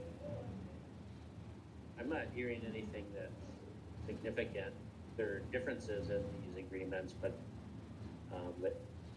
there is an obligation for the city. I've heard Larry say it like 1,000 times in the last 3 months, most favored nation. So I'm going to save him from saying that 1,001 times. But if these agreements weren't close to each other, you wouldn't be seeing them right now. They're just what I call minor differences. And from my analysis, and Larry and Ron can jump in, but there is no downside. There's no downstroke to the city for these differences. In essence, what we're promoting here is that the service level here is between the customer and the provider, and that there are some basic language provisions that the state requires in order for a cable television provider to operate within a city, and what we're doing is just trying to meet those. If there are, there are tiers where you can get more involved, and I've seen communities. I've worked for communities that have had problems with getting reliable service and access to service, and using fees where they'll be in a joint cable commission with other municipalities, and that is an elevated level from what we're talking about, and you could certainly move in that direction, but based on past conversations on franchise fees and what you wanted to do, what you're being presented with aligns with that. Let's get this done at minimal cost to the city as it relates to legal fees, and move on.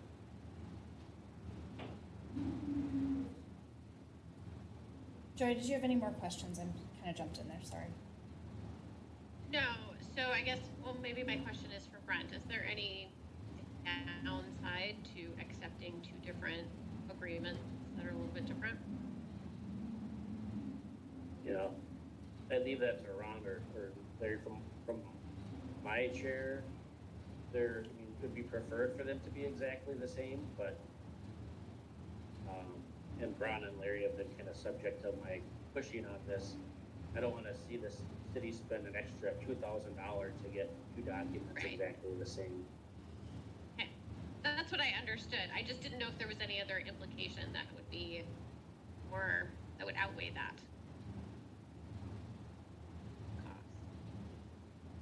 I'll just add that I generally concur with Mr. Merrick's assessment in his previous two sets of comments. And potentially, if you were to disagree with one party and say accept the other's agreement and try to impose the one on both, what if they disagree?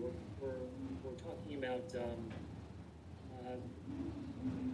difficulty in managing that kind of disagreement, and that takes time, regardless of the particular circumstances. And so there is a potential substantial expense to doing that. And so it is a definite, reasonable business decision to say, these are both compliant with the law, and they're sufficient for our purposes, and we'd like to move forward. So I understand that to be Mr. Merrick's position. It's an understandable one. Okay, thank you. Good. Go ahead, Glenn. Is it commonplace to have two separate ordinances for two separate utilities? Larry? Is it out of the norm? It is out of the norm. It's unusual, but that doesn't mean you can't do it. And the issue here is, I can never remember Brent's lines, whether the juice is worth the squeeze or the squeeze is worth the juice. But whatever Brent says, It's the juice it's first. a lot of effort to get these compliant for something the city's not collecting, or get them to be the same, something the city's not collecting. Okay. Tomato.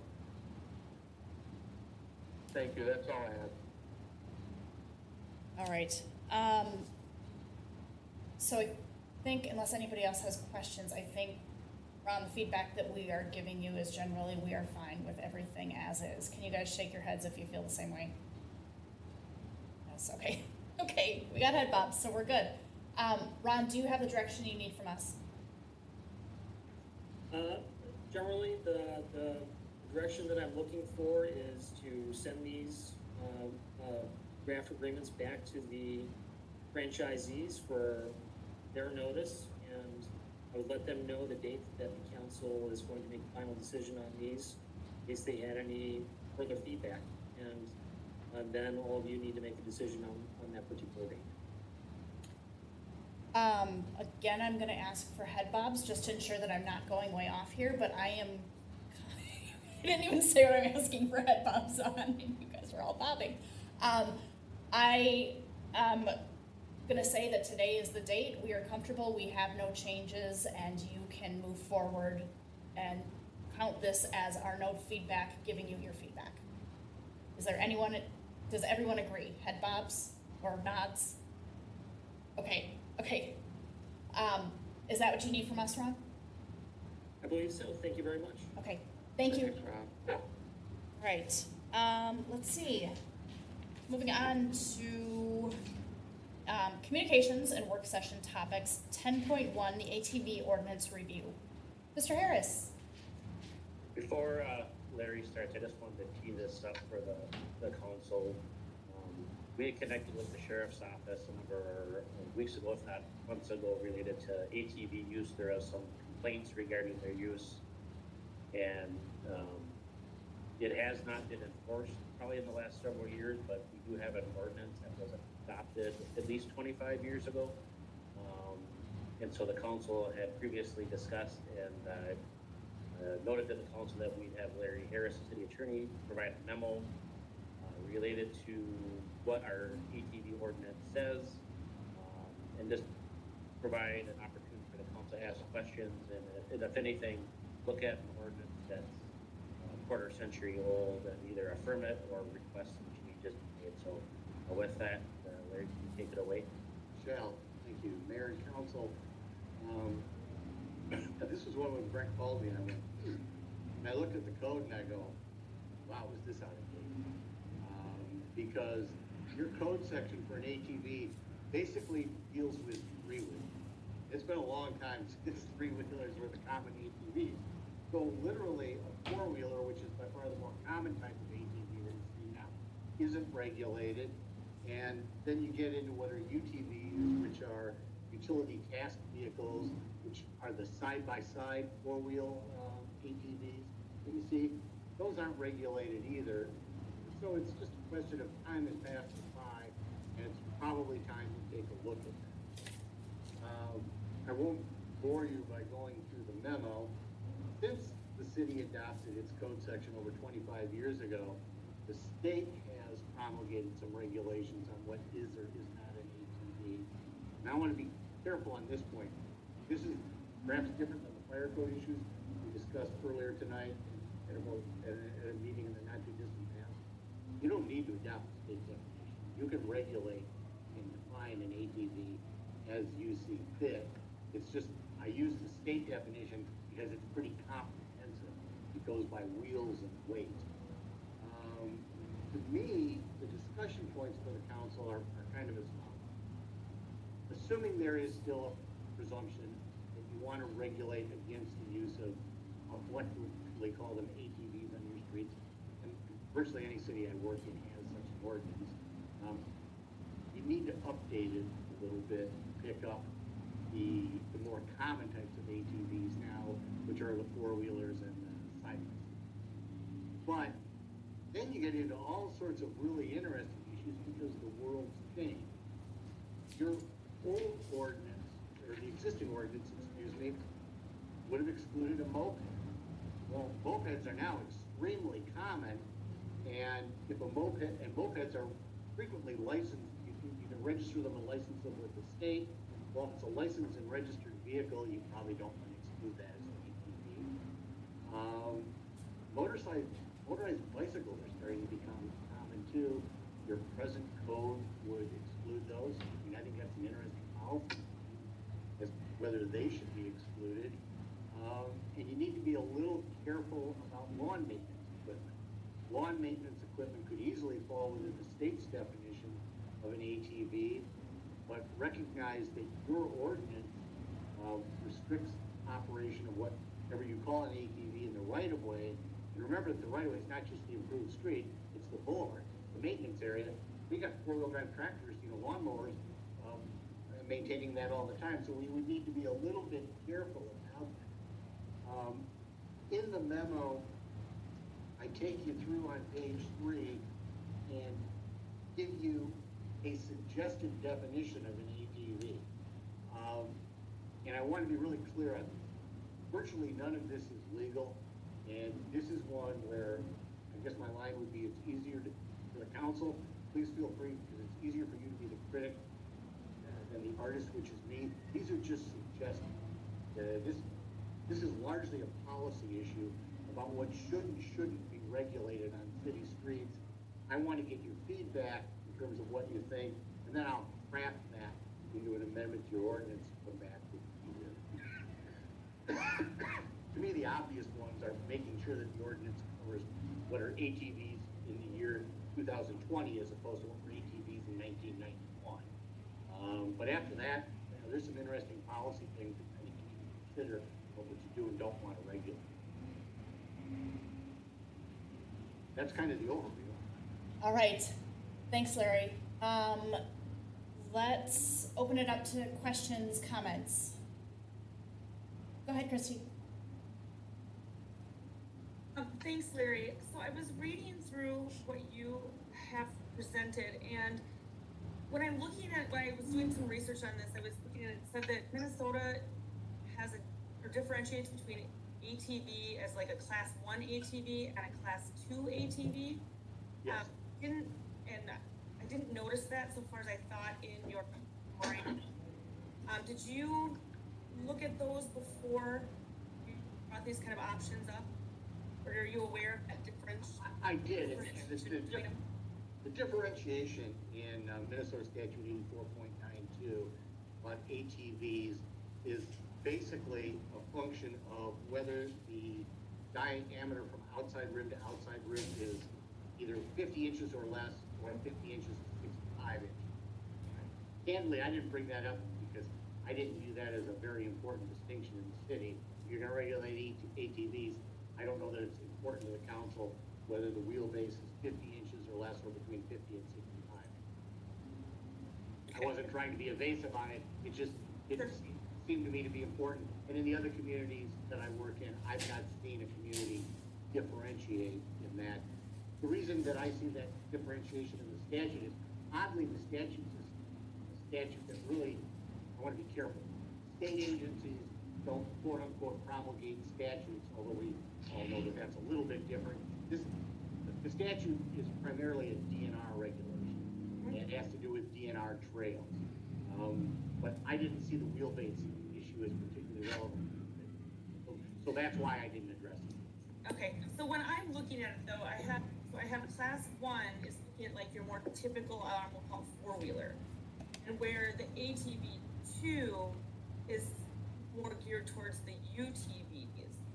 So when I was just reviewing this, and I did actually have a couple of calls from residents who were watching this and kind of in what was happening here. So when I'm thinking about UTVs being in the city, so like Carver County also, I'll start with that. Carver County code doesn't reference the ATV UTV use, is what I got back from their land use manager. For UTVs, they have roll cages, they have seat belts, they have speedometers, they have run for your lights, they have brakes, brake lights, excuse me. And when I was thinking about this, I was thinking about my experiences in town and seen some of those on the road or what's happening. And my experience with the UTV, because of those safety features, and I have seen, families, I've seen moms and dads and, fathers and sons going for a cruise around town. All of the ones in my experience have followed the traffic laws and abided by our stop signs and things like that. So when I'm looking at that for something that we would look at, my initial reaction is, one, they're basically appear to me to be safer than even motorcycles. They have seatbelts. And I have witnessed them following the rules of the road, much more even than our pedal bike groups that come through and below the stop sign by the post office. I can't actually tell you that I've ever seen one stop there. So I can understand some of this, but I would really like to take a look at the UTV part of it. I know there are groups of people who take them around and ride on long trips with them. I don't know all the laws across the state of Minnesota, obviously, about where you can ride them and where you can't, but I'm not inclined initially to look at banning UTVs themselves. I can tell you that the state definition, Ms. Mock, you list a litany of safety features. The problem is those aren't in the state definition. State definition is purely based on wheel weight, 50 and 65 inches. If the council wants to allow vehicles over a certain wheel width to operate on city streets, I suppose we could craft a section that would list all the safety equipment, but it seems to me that becomes exceedingly difficult for the city and the sheriff's department to enforce. If a UTV has that much equipment on it, it may well be eligible to be registered and licensed with the state. And candidly, once you hang a license plate on it, it seems to me that becomes a viable distinction, that if it's licensed, you can operate on the street. Those are my comments before about mopeds. Whereas we used to prohibit them, that doesn't seem appropriate. My understanding, though, is that you don't license them, you license them through the DMR. Is that correct? So you don't go down to the DMV to get it, I guess. From what I know, there's two separate licensures. There's a DNR permit, which I believe is what's required to operate on state trails.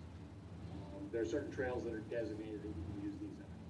But you can also, if the vehicle has certain levels of safety equipment, my understanding is you can get it titled and licensed. I think the more interesting question for the council is, if the vehicle, and I think does the council have a general understanding of what a UTV is? Just a big four-wheeler, people sit side by side.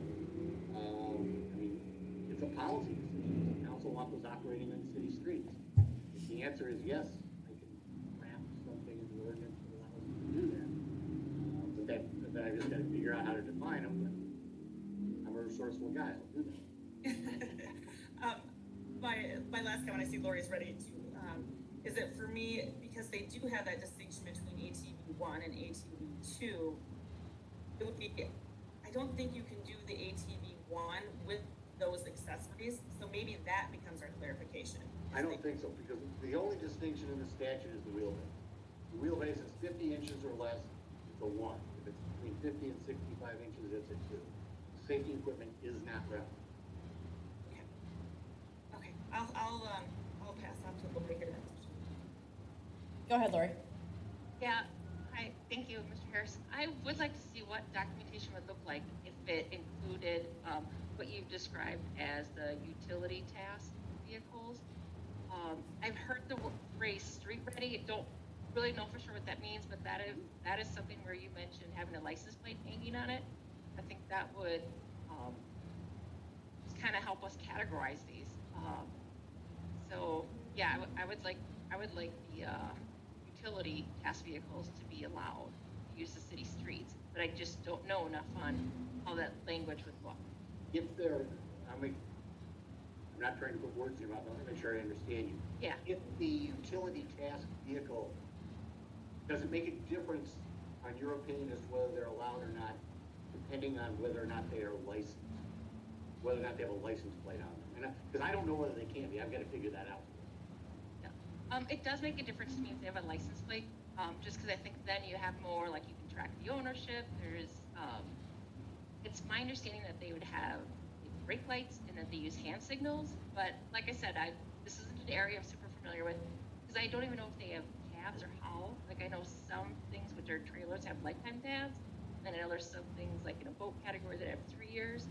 So I really don't know this area as far as how it's enforced, but like what I'm picturing is for those UTVs to be able to use city streets, but I don't know how that language should be, but that is what I would like. If, I'm going to ask this question again because I want to make sure I understand. If a UTV cannot get a state license plate, are you still okay with it operating on city streets? No, not based on what I know. I guess I would want to know why they couldn't. I'm going to find that out. Yes. Okay. And I'll just add in the opposite that I am still for it, whether they are licensed to DMV or not.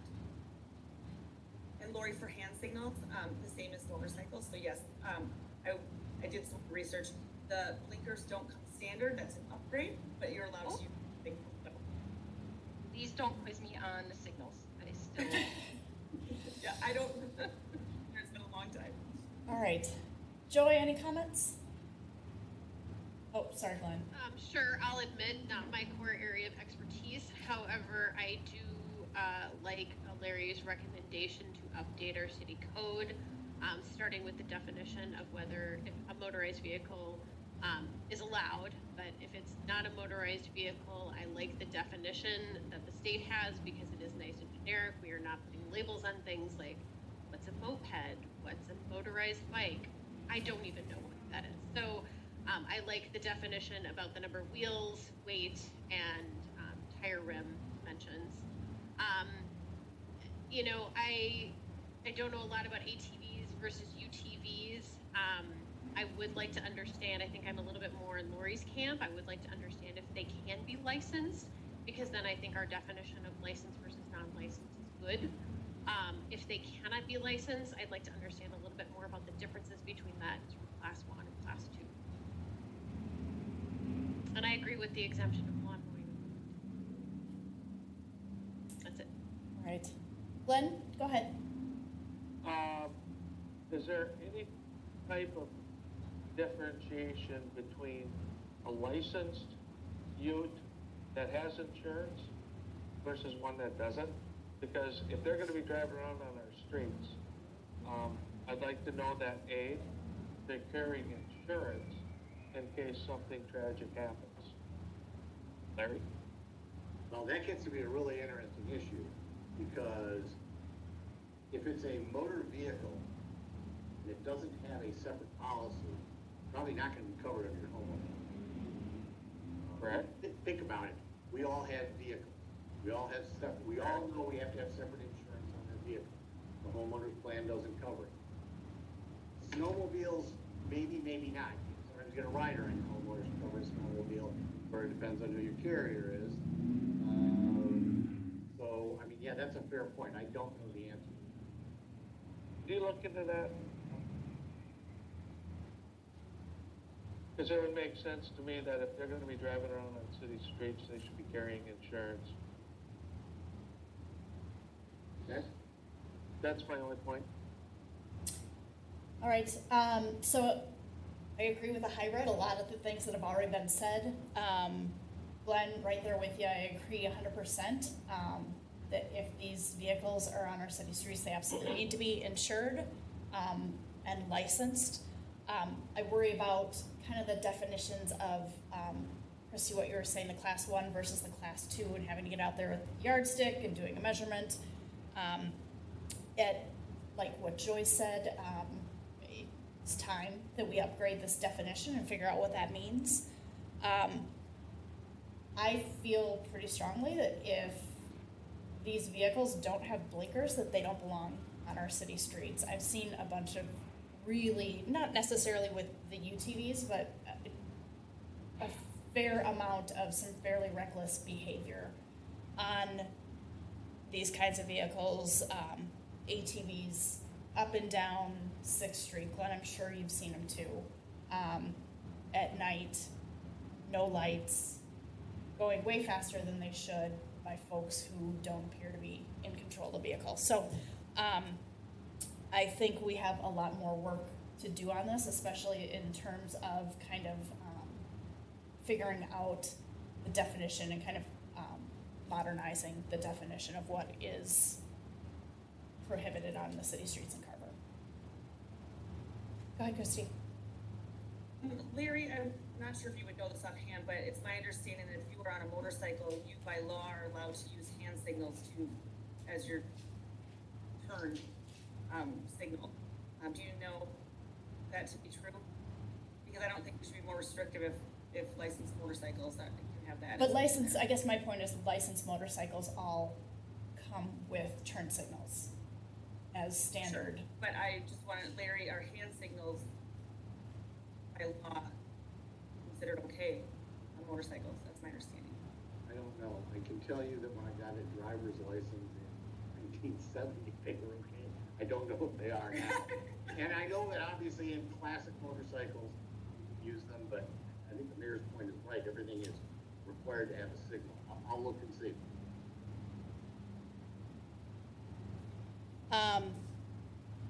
Let's see, any other further comments, questions? Larry, we gave you a ton of feedback. Do you have what you need from us? I have one more, and I don't want to Go ahead. bear too much. Carver Am I the bear? Carver has Yeah. come, because this is what I see in a lot of other communities that hasn't come up in Carver that I did put in here. That's golf carts. I mean, what I'm suggesting in my definition would come back saying, yeah, you can't run a golf cart on the street. We already have the steamboat days exception. Right? Steamboat days, we can do whatever needs to get done. But that is a hot button issue in a lot of other communities. And I just raise it because the draft of absent council direction, otherwise the draft is going to come back with you, is going to prohibit golf carts. If you're asking me, I'm going back to the barometer being if a vehicle has turn signals or not. I don't know that golf carts have turn signals. My vote's no. No, we disallow them. Put it in what you're writing up, please. I understand. I'm not, like I said, I'm not trying to be provoke controversy. It's come up in a lot of other cities I work in 4 or 5 years. I just want to be sure I know what the council's will is on that. Is it legal for golf carts to drive on our trails? Well, generally, you just prohibit them from driving anywhere. The ordinance, as drafted, keeps all this stuff off your streets, sidewalks, trails. Okay. I go back to if they're insured, they can be on the streets. I can tell you that on golf carts, the cities that allow golf carts, and I will point this out perhaps on the UTV issue, cities that allow golf carts on streets, and a couple of your neighboring communities do that. It's generally a permit process. It's an annual permit, there's a fee, and there's a sticker that goes on the cart as a means of control. That may be a lot more regulatory and staff burden than we want to get into.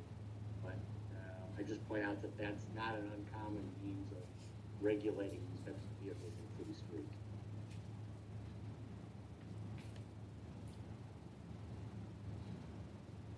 Does anybody else want to weigh in on golf carts? I'd like to know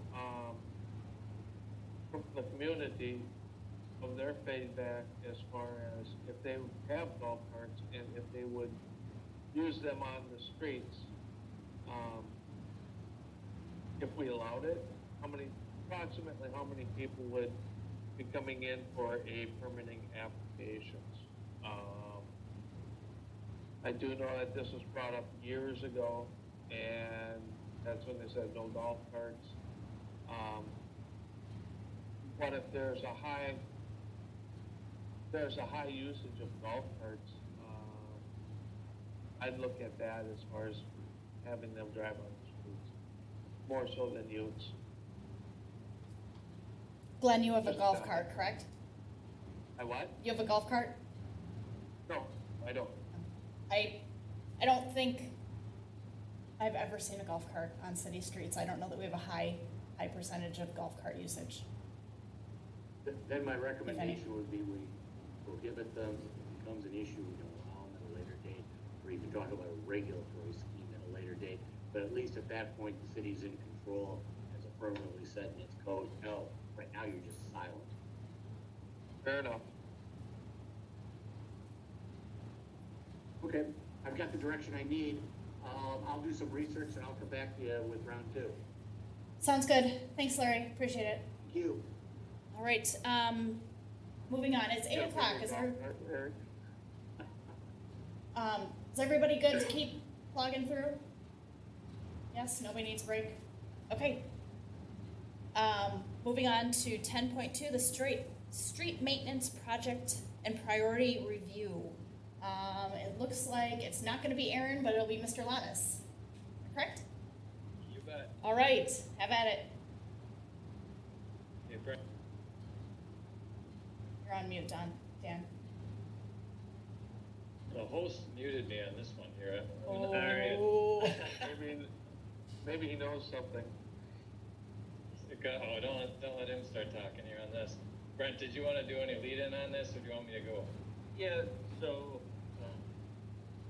kind of an abnormal. We wouldn't typically just have a side conversation on street maintenance, but as a follow-up from our franchise fee discussion and kind of leading into the budget year, wanted to talk about kind of the state of affairs as it relates to street maintenance and how we're going to fund it or choose to fund it. And so we've kind of given you an overview there. It's a great time to talk about street maintenance with some of the funding sources that we have available now and that are fairly imminent. So we wanted to give you a general overview at the end. We give you a proposal to consider to would kind of get us through as a kind of a short-term plan. We like the plan, but it's primarily designed to inspire conversation and dialogue amongst the council. So if you want to move some of those puzzle pieces around based on what you hear tonight, that's what we're hoping for as it relates to the plan. And so Dan and I will kind of team up on this where he'll do the majority of the explanation of the conditions, and then I'll come in and talk about our funding availability and some of the other pieces out there. So. Okay, and then I believe I just need to get the screen sharing. Yeah. I think you have it, Dan. You should have it. Okay. I am. Let's see here. There we go.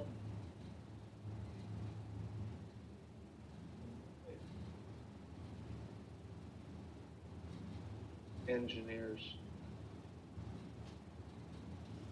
There we go.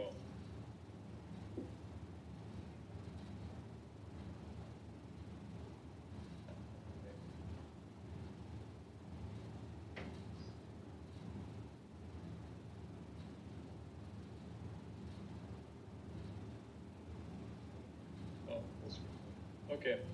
All right. Well, as Brent mentioned here, we will be talking about street maintenance and basically how to keep your roads in good shape long term, and some of the thoughts that might be surrounding the best method to do that.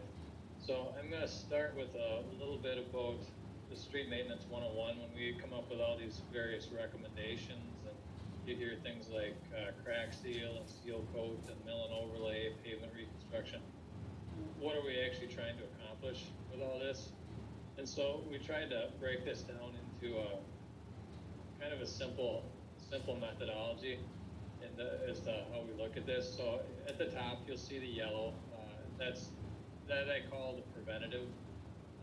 The orange is getting into more major repairs, but again, it's geared towards trying to preserve what's out there.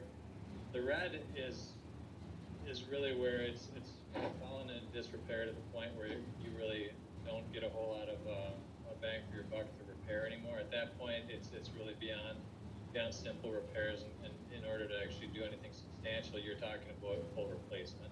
So everything in the yellow and the orange is really intended to prevent or to extend the amount of time before you have to do the red, the full depth reconstruction. So note that the red is where you get into the assessment projects and such. That's the full reconstruction of the street. The yellow and the orange are all geared towards let's extend the life of this pavement. So what you're doing with a lot of the initial maintenance efforts, steel coating, fog sealing, crack sealing, is you're just trying to prevent the pavement from degrading. They're lower cost efforts, and you're trying to seal cracks. You're trying to prevent moisture from getting into the pavement. So ultimately, all that is trying to keep water out of the pavement, because that's really what breaks pavement apart over the years. So those are some lower cost methods that, hopefully if done regularly will get some extension out of your pavement life. No matter what you do, pavement will break down, and at that point, when you get the surface deterioration such that you've got a lot of cracking and block cracking, we call it, potholes through the wear course, you end up getting into a position where you have to mill and overlay it. What you're doing there is you're effectively trying to save the base course, which is there's multiple lifts of pavement on any street. So at that point, what you're doing is you're taking off the surface pavement where most of the degradation has occurred. You're trying to keep that base course intact, putting a new lift of pavement on it, and again, it seals it up, keeps water out, and cracks usually come through a mill and overlay, but it does extend the life of pavement a great deal if you can prevent the base course from breaking apart. You get into the red area, like that bottom left picture down there, that's where it's gotten so bad that if you tried to mill and overlay it, it wouldn't work. Your pavement starts to break apart. And so there is a point where there's not too many repair options left other than just pull it all out and redo it, which is your most expensive situation. So everything in street maintenance planning is geared towards how long can you get pavement to last before you recon it. And you've heard 20 years, 25 years, but sometimes you might see 35 years before you're actually getting into something that's more challenging enough that you might actually have to recon it if it's taken care of. So we're just going to go through some of your streets, where they're at, and offer a few thoughts on some recommended repair methods. So 6th Street, everybody sees on a regular basis. That street is 26 years. So that is getting into the duration that we typically say is normal for repairing and reconstructing pavement. A good test here of the methodology that I just talked about is take a look at the one half of the street. That had a mill and overlay done on it. And then if you look at the other half, that one has not. And so the mill and overlay did a pretty good job of what we call extending the life of this street. At some point in time, the pavement will fail, and it's still going to end up seeing a recon. But it did a decent job of extending its life, and so methodology in this case would be, let's see if we can get a little bit more life out of it, which would be a combination of some spot repairs of mill and overlay, and then there's some drainage issues on 6th Street that we've identified as suggested for improvements down at the south end. So ultimately, that would come out to be about $155,000 for pavement work, and we're estimating ballparking about $165,000 for stormwater work. And again, these are some higher level estimates, but order of magnitude to fix what you see out there with the potholes and such, and then correct the drainage issue. Glenn had her hand raised. Yes, does that include curb and gutter? No. Okay. Dan, can you briefly talk about the stormwater work? I know we've had drainage issues, but can you just touch on the improvements that we'd want to make? Yeah, at the south end of the street, there's an older garage that some of you might be familiar with that happens to be down at the bottom of the hill, and by that point the water's coming down the hill. It's a great deal of water, and so what it comes down to is under certain events that water can start to leave the curb and gutter and overtop, And, you know, that happens on streets all the time. It's certainly not unique to actually have a street overflow. During a 100-year event, storm event, for example, you're going to see that in many locations. But this one's a little bit more frequent than we'd like to see, and where it runs off is certainly not desirable. So the repair work that we talked about, Joy, is the peak I guess depth at the bottom of that hill. We were talking about putting a storm grate across the street to knock. So it would actually knock all that water coming down the hill or pull a lot of that water coming down the hill into a storm system. Okay. So, because it's really flowing full almost across the street. It would either be a great deal of structures in sequence or a stormwater grate that goes across that can also pull in a ton of water. So okay. It's a couple things that we could do. Perfect. That's all I needed. Thank you. Yep. So, long term, ultimately, again, at 26 years, you will see pavements start to degrade, and the cost of, we'll say that preventative maintenance ends up being a little bit more of a lost cost when a recon's around the corner. This one, we think you could get a fair amount of life left out of this street, and so we've ballparked fairly high, but we ballparked about $4 million for reconstruction, and that's a duration to be determined in many respects. There's funding sources, and there's how bad do you let the pavement get after this next go around. So all kinds of variability in something like that. And we've also kind of assumed that when you get into repairing recon in the entire street, you're getting into something that might look a little bit different. And so there's bigger picture items in this than just pavement. But that's the summary of 6th Street. So if there's any other questions on that, I can.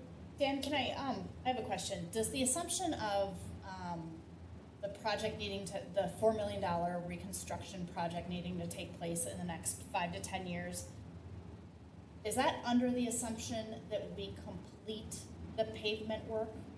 Does that give us 5 to 10 years, or is that if we did nothing, where we would need to do that reconstruction project? Well, I guess the way I'd put that is that one side of the picture you see, we would normally say that's getting into the undesirable category to leave it, and so that would be assuming this is done. You'd probably gain a fair amount of life with a reasonable surface for 5 to 10 years. So it assumes it would be done, but it's a fairly approximated item for how long. Okay, thank you.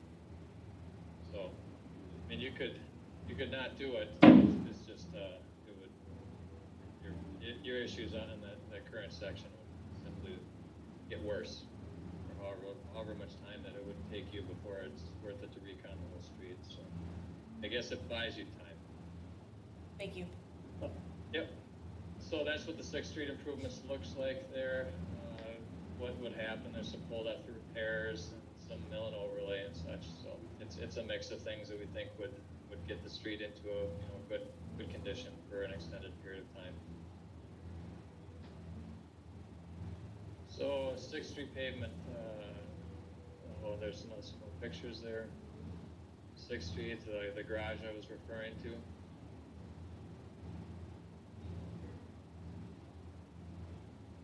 All right, Kirchie, Hill Drive, High Street. Estimated street age again is about 26 years. You're starting to see some cracking in potholes. Mill and overlay is the suggested. Project costs of about $150,000. Some of these, when we talked about doing pavement preventative maintenance, mill and overlay I'd consider to be somewhat of preventative. That does improve structure. This one we consider to be of significance only because when your pavement starts to go, if it starts to deteriorate a great deal more, the mill and overlay comes off the list of things you can do to repair it, because it starts to crack so much that your base course would be lost when you mill it. So this one's one to watch as far as how long this should go before something's done. And like as I said, because pretty soon you get to the point where a mill and overlay is not feasible, and you have to get into reclamation and such. The pavement to the right's a good example of that, Glenn? From the Kirchy High Street, how far down did the last year's reconstruction go down the block? Only to the end of where the sidewalk started. They only covered exactly Okay. what was in the area. Okay, thank you. Yep. So you see a little bit of variety in the pavement condition there. Again, we treat the different areas, obviously different based on what we see. So the picture to the right is you're gonna start seeing that pavement where it's starting to crack in a bunch of different directions to the point where your mill and overlay gets to be at risk for breaking apart the base course, and so that's a bit of a challenge. This picture on the left is pretty well intact, so it's priced as such. Carver Bluffs Parkway, quarter of a century, about 26 years, significant cracking, potholing, mill and overlay, a full depth reclamation. Combination of the two is what we have set up in there. For those of you that are wondering, full depth reclamation, all that is you grind up all the blacktop, regrade the base, and then pave the full section back in. You do that when as I mentioned, the base course is so deteriorated with cracking that it's not going to be stable to put pavement back on if you mill it. So, and then we obviously do a mill and overlay where we're felt possible. That one estimated at about $176,000. So there you go. A couple of pictures of what you're seeing out there for failures. Right in the middle of the picture on the left, you're seeing some challenging conditions. That's tough to mill and overlay. That generally ends up getting cut out. Go ahead. And this section, I think you had it in the yellow highlight on the previous page. So this is Carver Bluffs Parkway only up to Carver Creek Circle. It's not the entire, all the way up the hill. Yep, right there is the limits. Okay. Just to make sure I understand the scope. Yep. The other section, Joy, was mill and overlay like 3-4 years ago, all the way up to. Oh, that's right. Okay, thank you. Yep. Yeah, Ramsey. Okay, thank you. And Dan, the price tag for that is $176, even with a full depth reclamation of Carver Creek Circle. Yeah, it's because we've got a mix of mill and overlay and full depth reclamation. So that's not all of it, or it's just a percentage of it, of full depth. So, I mean, if you get to be a small enough amount of full depth reclamation, it's not wholeheartedly unreasonable. When you start getting to the big long lengths of pavement, it's certainly quite a bit more expensive than mill and overlay. Got it. Thank you. Yep. Ramsey Avenue, estimated age 25 years, 26 years, pavement failure on a couple of these short sections, full depth reclamation, estimated project cost $110,000. There is a pretty good example of pavement that has failed to the point that there's no going back. Pavement on the left side, we can't mill it even if we tried. It'll just come up in chunks, and then we'll rip it out anyway in construction or in the field. So ultimately, this would have to be ground up and replaced if we're going to fix it. Pavement like this, when I mentioned the preventative maintenance, we don't even recommend doing any type of maintenance on this crack sealing or anything. When it gets to this point, you just let it go until it's bad enough that it has to be done. It gets to a point where you're just not gaining anything. And so some of this stuff, you probably don't touch it until you're going to take it out and repair it in full. 4th Street West, estimated age 16 to 22 years, depending on section. Collector Street, notable section of roadway in the city of Carver. Main stretch to downtown. Pavement condition and some surface rattling and some cracking. Mill and overlay was the thinking on that. Given the added length of this, we're talking closer to $250,000, $265,000 for 4th Street. So some of the areas that you see some issues here is normal around manholes and such. You see a lot of transverse cracking. This definitely falls in the category of preventative maintenance to try and keep the pavement and the base course intact for many years. This is before the many failures have started to occur. So this is where this gets into perhaps a reasonably well-programmed pavement management plan where if you keep the base course intact and you keep the surface well sealed up in the mill and overlay, this pavement might have 40 years of life before we're talking about whether or not it has to be rebuilt. And so, there's a lot of factors that go into pavement life, but that's just some generalizations that it's all seeking the keeping the base course in good form for many years. So, Mount Hope Cemetery, pavement condition, gravel streets, positive drainage not maintained. Anytime you have gravel, you're always going to have some issues where water takes the gravel and makes some ruts and such. That's a bituminous paving project. It just reduces the amount of maintenance and such to keep the road and keep the road from washing out when it rains. So, estimated project cost of paving that area is about $55,000.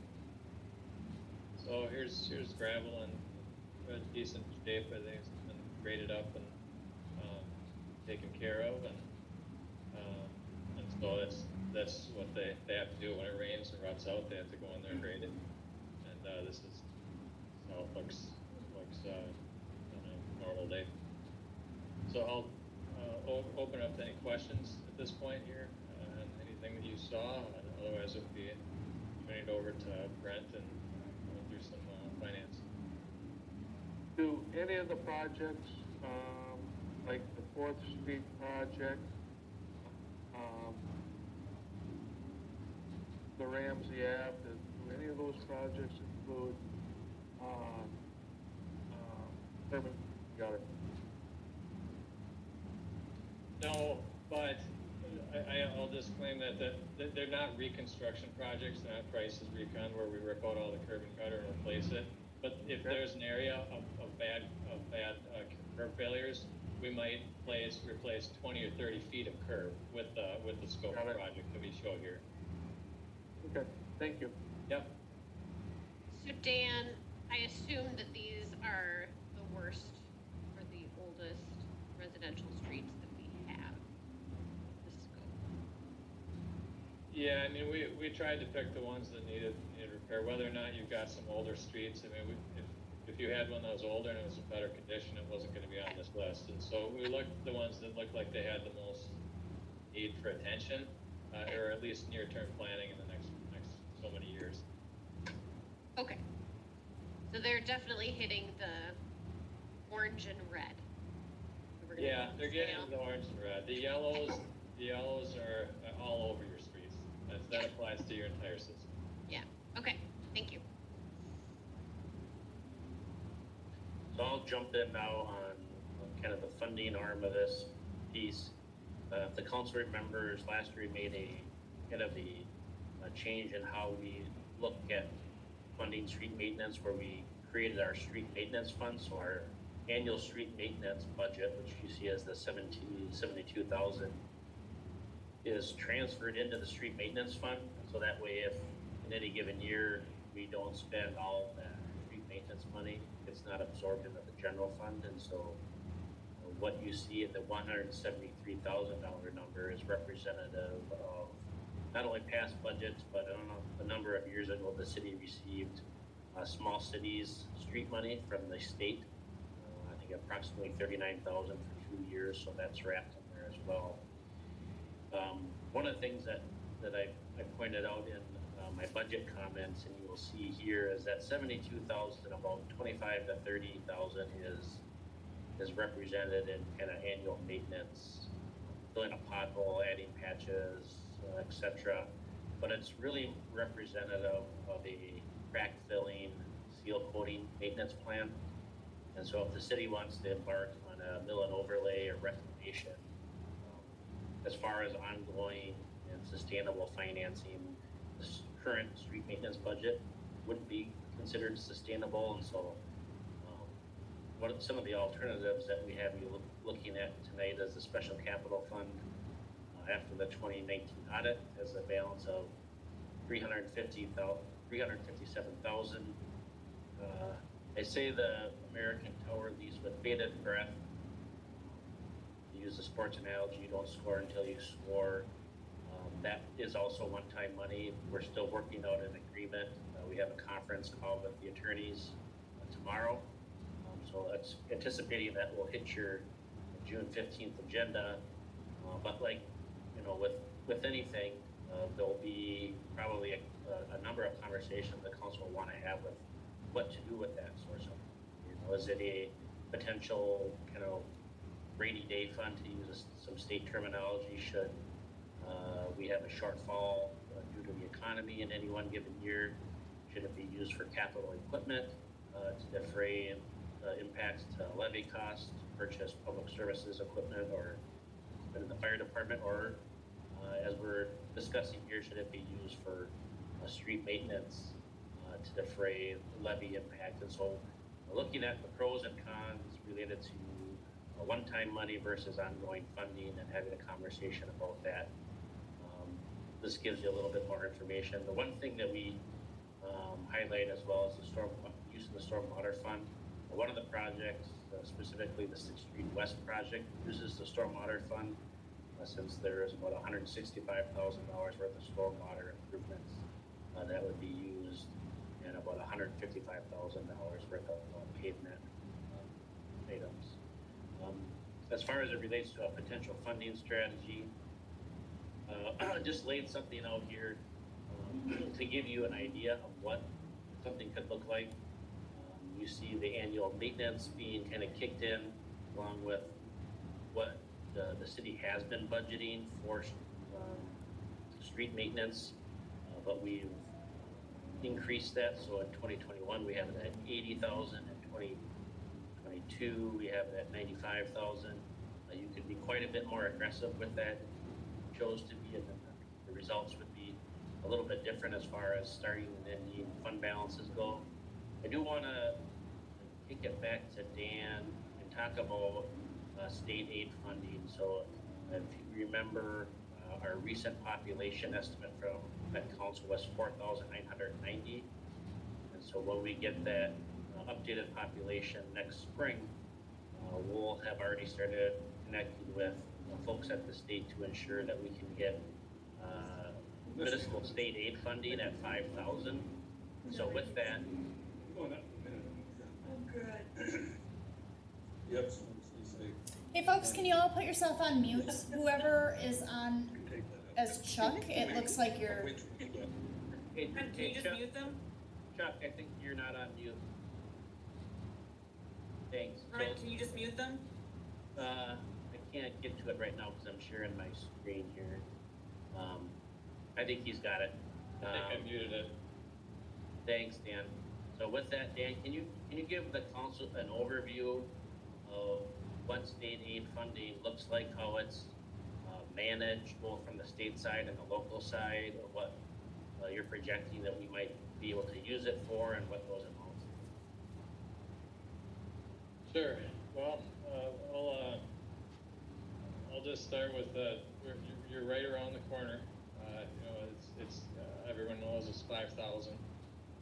So it's coming up very, very soon. So what'll ultimately end up happening here is once you become certified as a state aid city, you'll get onto the state's list of cities that will receive be eligible for and receive state aid funding. I mean, it can vary year to year based on the amount of money that they're allocated by the state of Minnesota, but generally speaking, the cities receive money by formula. So the first thing that Carver is going to have to do is to enter into the system, you're going to have to designate streets as state aid. There's a couple of simple categories, a couple of different rules that have to apply here. It's got to start and end at a state aid destination. So it has to start at a state aid route and end at a state aid route.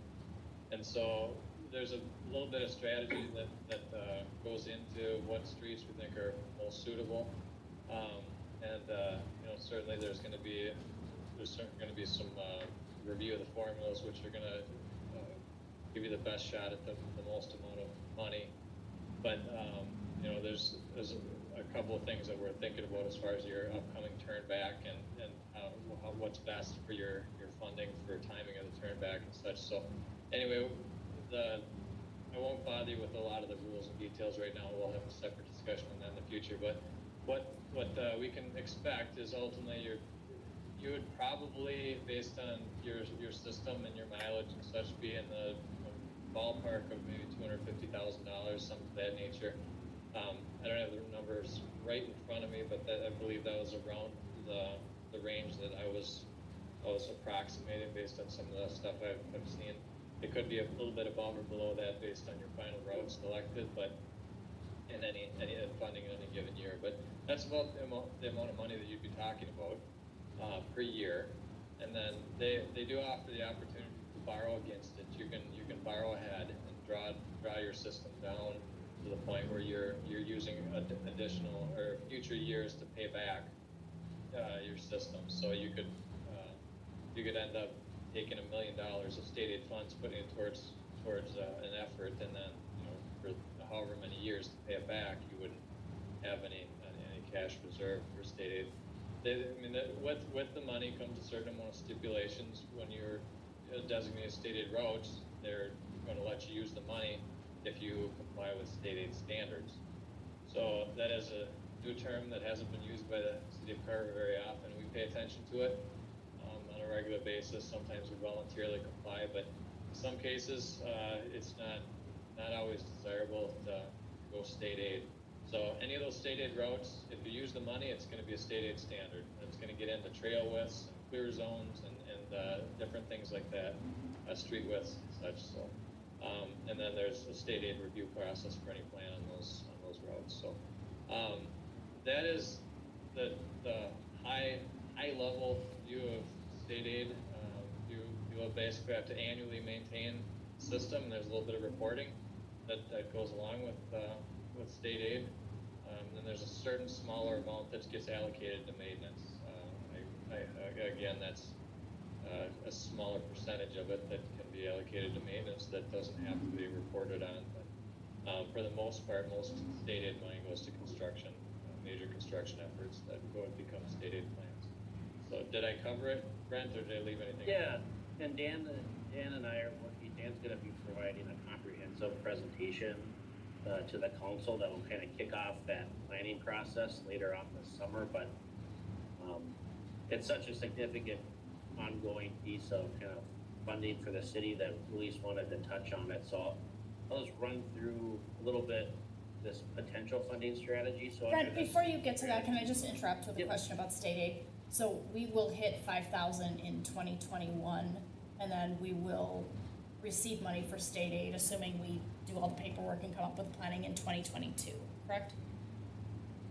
Correct. Yeah, we need a piece of documentation, i.e. the Met Council's population estimate, which is always a year behind. And so we're likely at 5,000 right now, but just don't have a way to verify that. And in the back of my mind, I've been thinking a little bit of if there is a way to, and I don't know if Larry's ever heard of it, if there was a way to somehow quantify that would state aid, or I don't know if Dan has heard of it, if state aid would be willing to get us in. The downstroke to that is the city does receive certain benefits for being under 5,000 as it relates to the Jonathan Carver Parkway project, where the county's going to pick up a greater share because we're not a state aid city. So as my grandfather would say, it's 6 and 1/2 dozen of the other in some instances here. Got it, okay. Thank you. Brent, I have a question. Mm-hmm. When it comes to the cemetery, you have a placeholder for a kind of a dollar amount, but I'm not seeing it in the lineup for years for the project schedule. Is that on purpose? Yep. It's and I'll get into that in the next slide. You can hold that for a second. Sure. So getting into the strategy here, and again, this is kind of a plug and play. You can choose whatever you'd like, but this will get us started. You're taking $275,000 from the special capital fund and moving that to the street maintenance fund. Again, with the stormwater fund contribution to do the 6th Street project, followed by Critchie Hill and High Street in 2021, and then Carver Bus Parkway and Carver Creek Circle in 2022. Kind of getting to the next portion of that.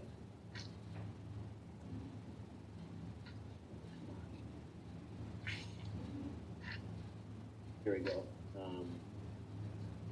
So we leave the cemetery as gravel, and our strategy that we're at least suggesting to the council is that we have $10,000 in the cemetery fund, and right now we're dedicating that towards finishing up some GIS work related to grave markers, etc. And so, at least at this point, putting a priority on the kind of navigable streets and just making sure that it's a priority for the public services department to keep that gravel in good repair, and then to likely take on a kind of an internal project with our own team to make some minor grading improvements. That also gets into this. We'll advance here.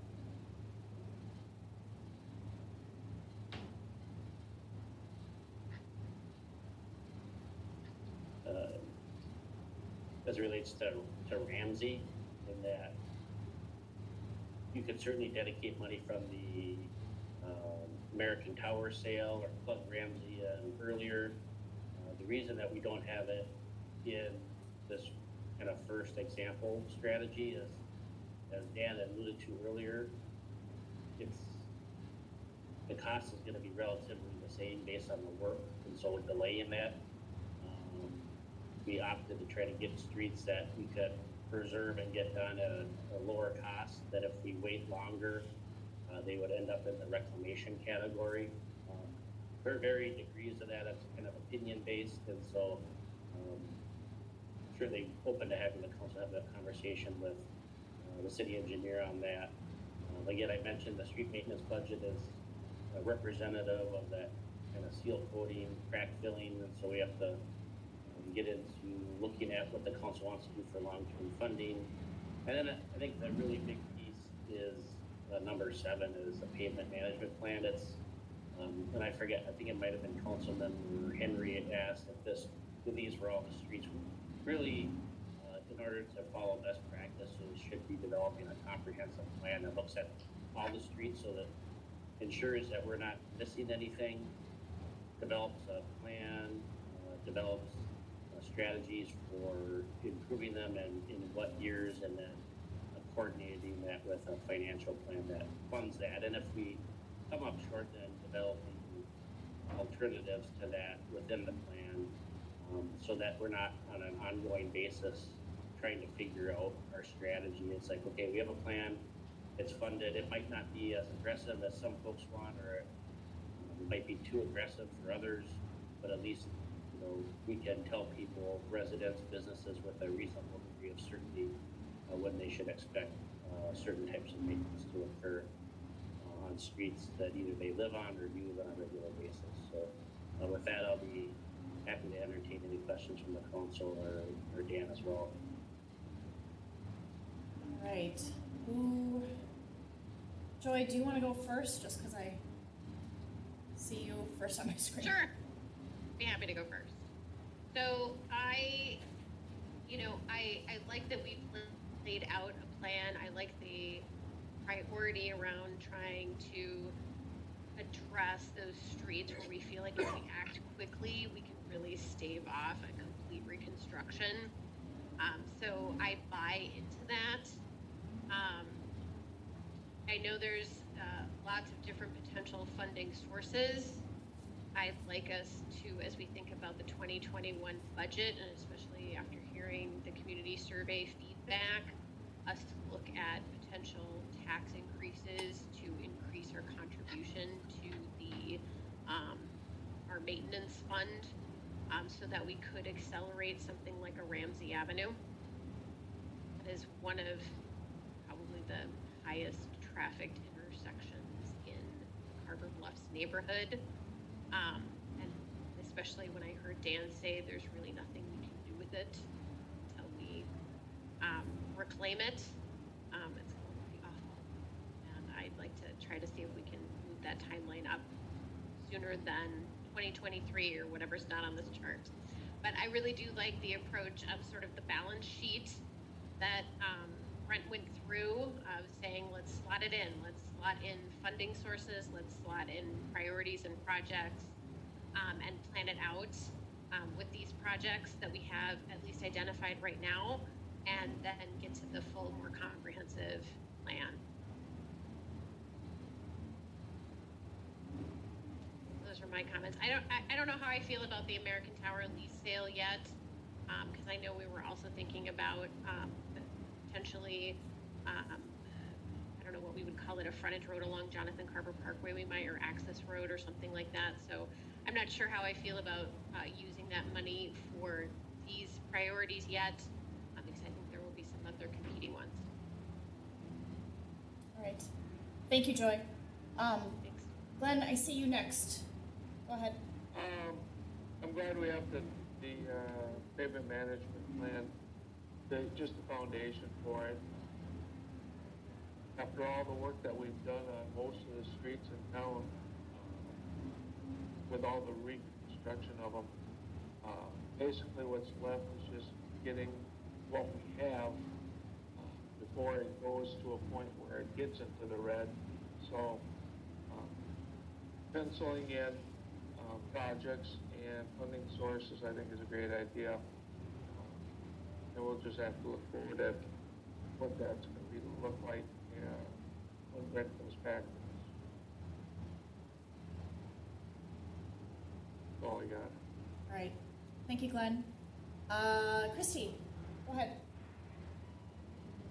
Brent, correct me if I'm wrong, that potential American Tower lease sale, when we were talking about, and Joy, maybe you might have to jump in so I understand you correctly. When we were talking about the frontage road, was that the access road we were talking about coming in behind the fire station? Yes. Yes. Yes, that's what I meant. Yeah. That's essentially no longer being considered. Right. Oh, okay. We kind of physically couldn't make it happen, and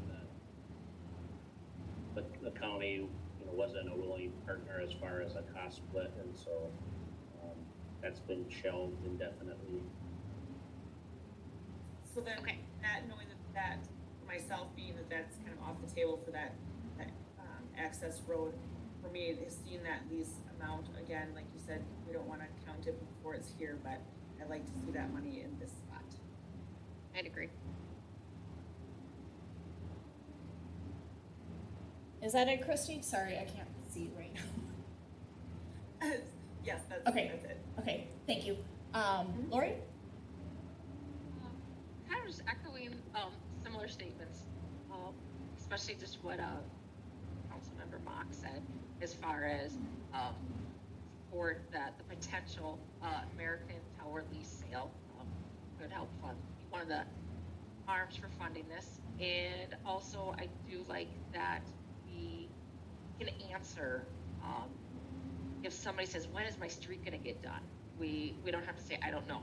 Or, what do you mean your street? What's wrong with it? So I think it'll be great to eventually have those time frames and be able to communicate that out when people ask about it. Thank you, Lori. Let's see. For me, just a few thoughts. I am not super comfortable putting in $300,000 into 6th Street, knowing that we will be ripping it up and kind of starting from scratch in 5 to 10 years. That just doesn't seem, and I understand that about roughly half of that the stormwater work is permanent improvements, but even then, spending $155,000, I'm struggling with that a little bit. I don't think that that's the most prudent investment for something that would get torn up in 5 or 10 years. Joy, I'm right there with you. As far as increasing the maintenance fund, I think we talked about it when we decided not to go the franchise fee route, is that we need to really start funding very, very, very seriously our street maintenance fund. So if we are using $70-ish thousand each year filling potholes and kind of doing other stuff, we need to add above and beyond there. That said, I'm glad that we have the capital projects fund to be able to look at for some of these projects, and I do like having this plan. I think the way that you laid it out, Brent and Dan, is really great, kind of having an idea of what's coming at us. I think realistically, this is the tip of the iceberg. We have, these are the half a dozen streets and kind of focus areas that are in the most severe need, like Brent said. Every street in the Carver Bluffs could use some attention. And so that's kind of where that funding component comes in.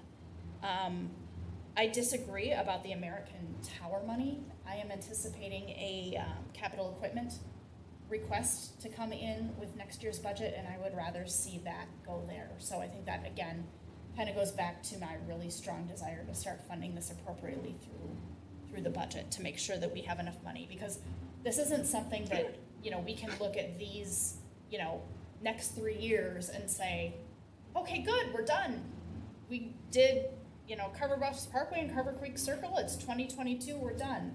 This isn't something that's going to go away. This is something that we need to have a more robust plan of, these are the streets that are coming due. Everything in River Oaks is probably going to be next on that list after we, kind of continue through these first 3 high priority things. So unfortunately, this isn't something that's going to end. But I do think, it sounds like I have a more negative opinion of this than I do. I think that this is a really, really good plan and a good place to start. I just want to be really realistic in making sure that we're funding it appropriately. So, go ahead, Lori.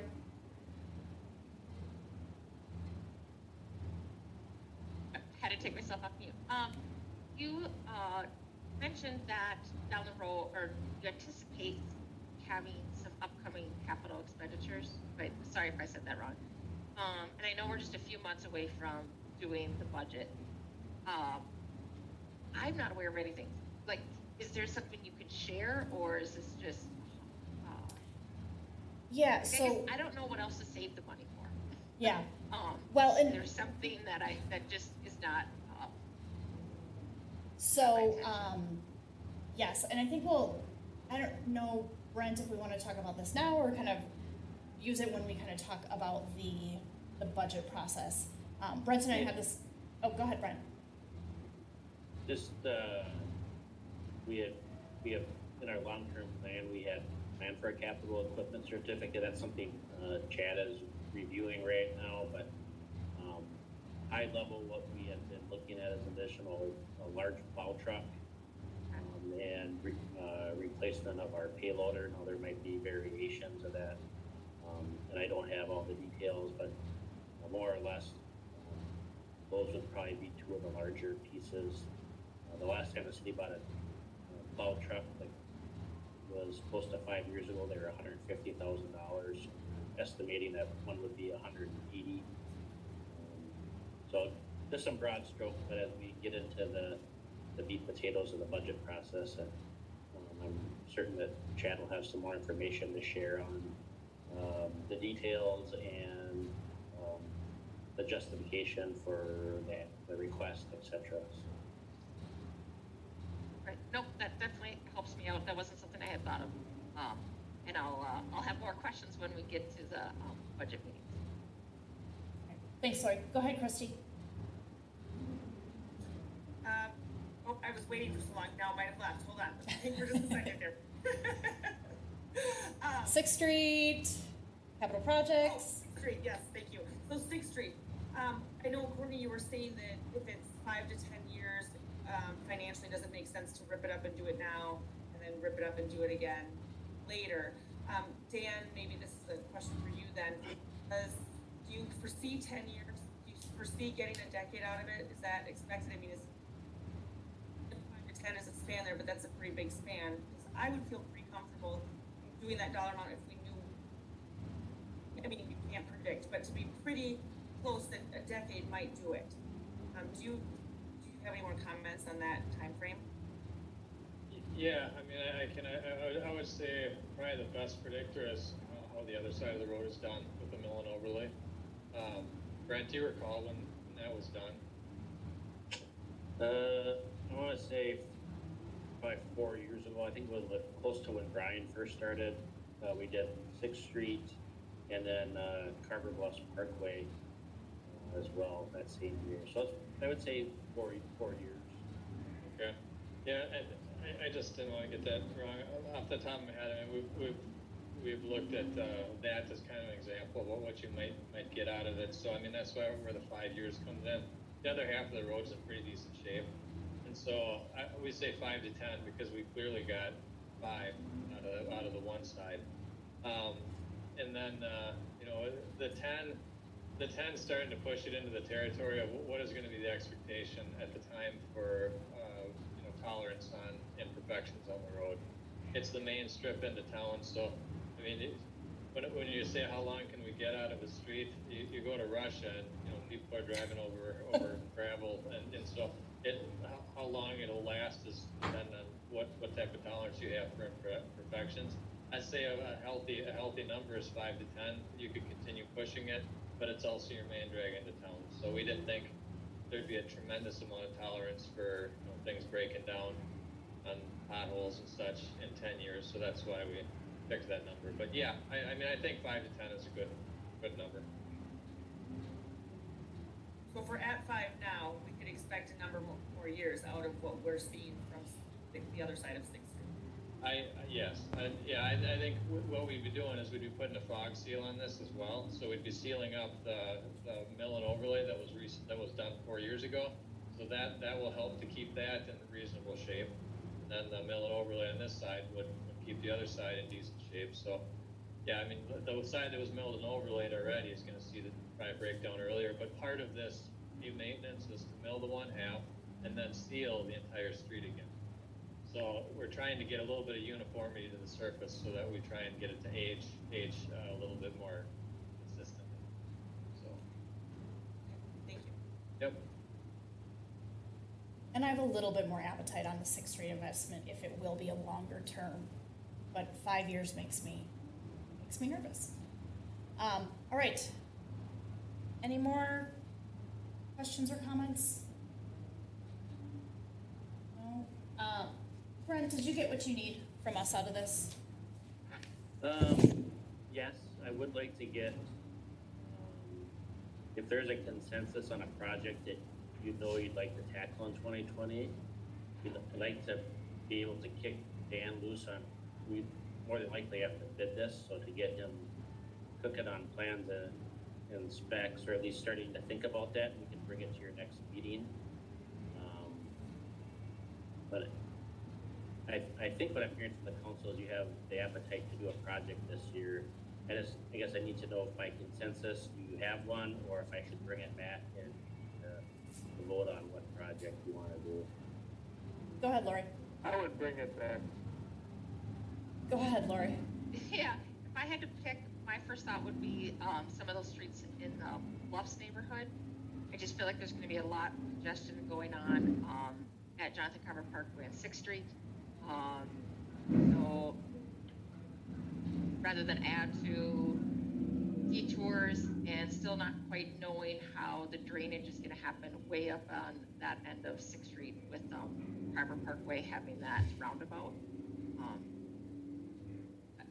I would like to get that project done first. So then therefore that's why I would put the Bluffs neighborhood higher on that priority. I would love to come to a consensus tonight so we could get Dan running on something. It's June 1st. We'll meet again on June 15th, and it's gonna snow on October 1st. So we've gotta keep moving along, and I think that the earlier we can get a jump on this, if we can give them some direction tonight, like what Brent said, that would be great. That said, I don't know that I feel very strongly on one project over the other. I will note that I have received more emails, and it's 3, but it's 3 more than I've received for any other area, but from folks about the Bluffs. Although it was more comments, one was more specifically on that Ramsey area, for sure, and I think the other 2 were just generally speaking about the Bluffs, so. I would say, Mayor, then considering kind of the last 2, it's pretty clear there wouldn't be kind of a rubber stamp consensus. Yeah, go ahead. So we'll prepare something for your June 15th meeting, and I'll probably extend it so that the budget is reflective. So we more or less ask you to kind of pick 2020 and projects for 2020, in 2021, and then that'll in some ways lead us to how we need to finance these. So I'll work with Dan on preparing a memo and then asking the council for direction on those 2 items. To do anything in 2020, we would have to take money from the special capital project fund, correct?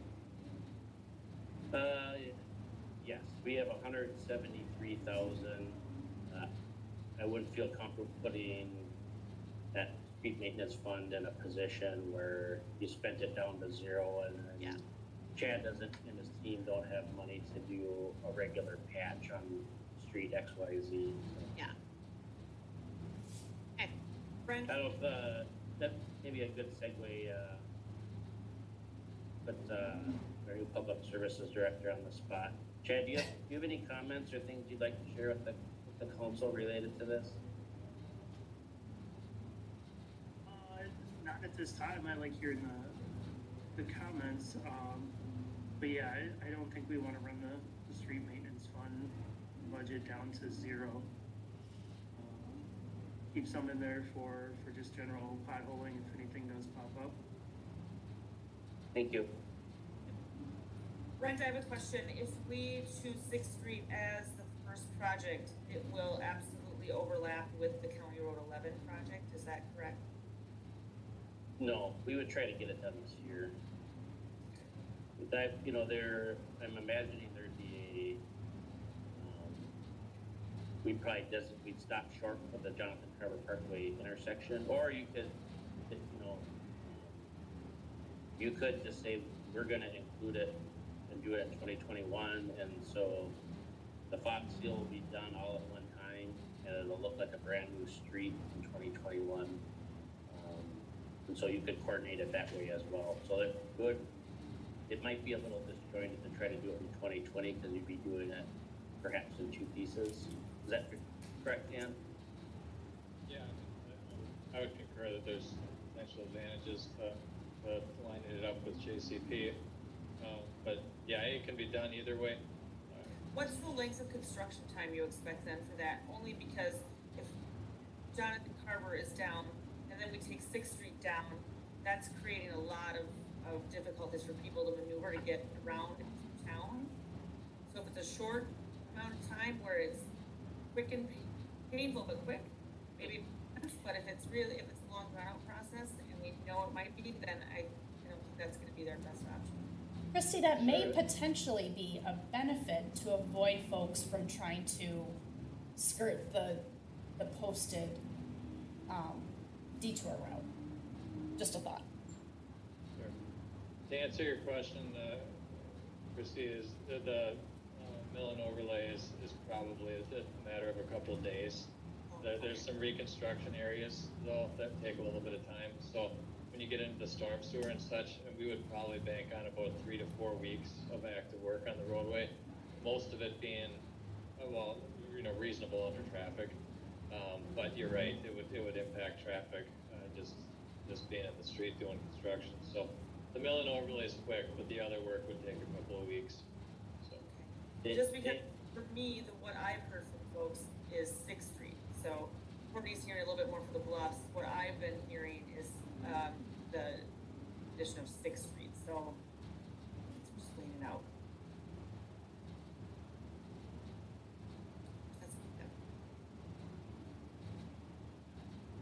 All right.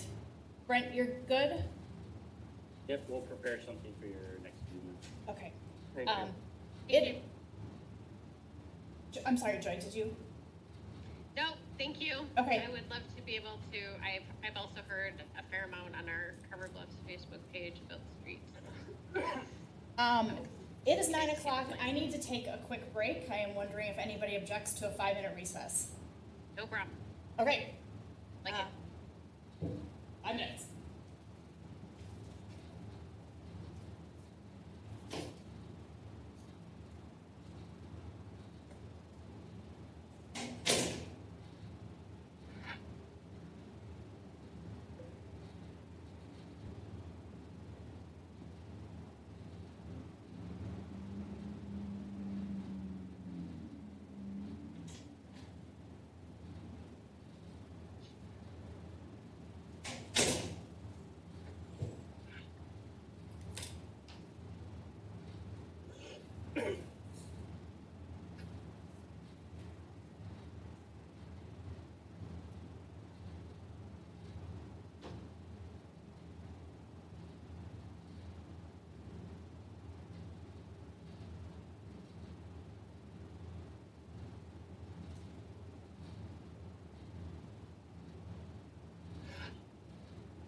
Just so you know, with a shameless act of self-promotion, the auditors wanted to be on this agenda, and I told them it was too full, so remember that during my review.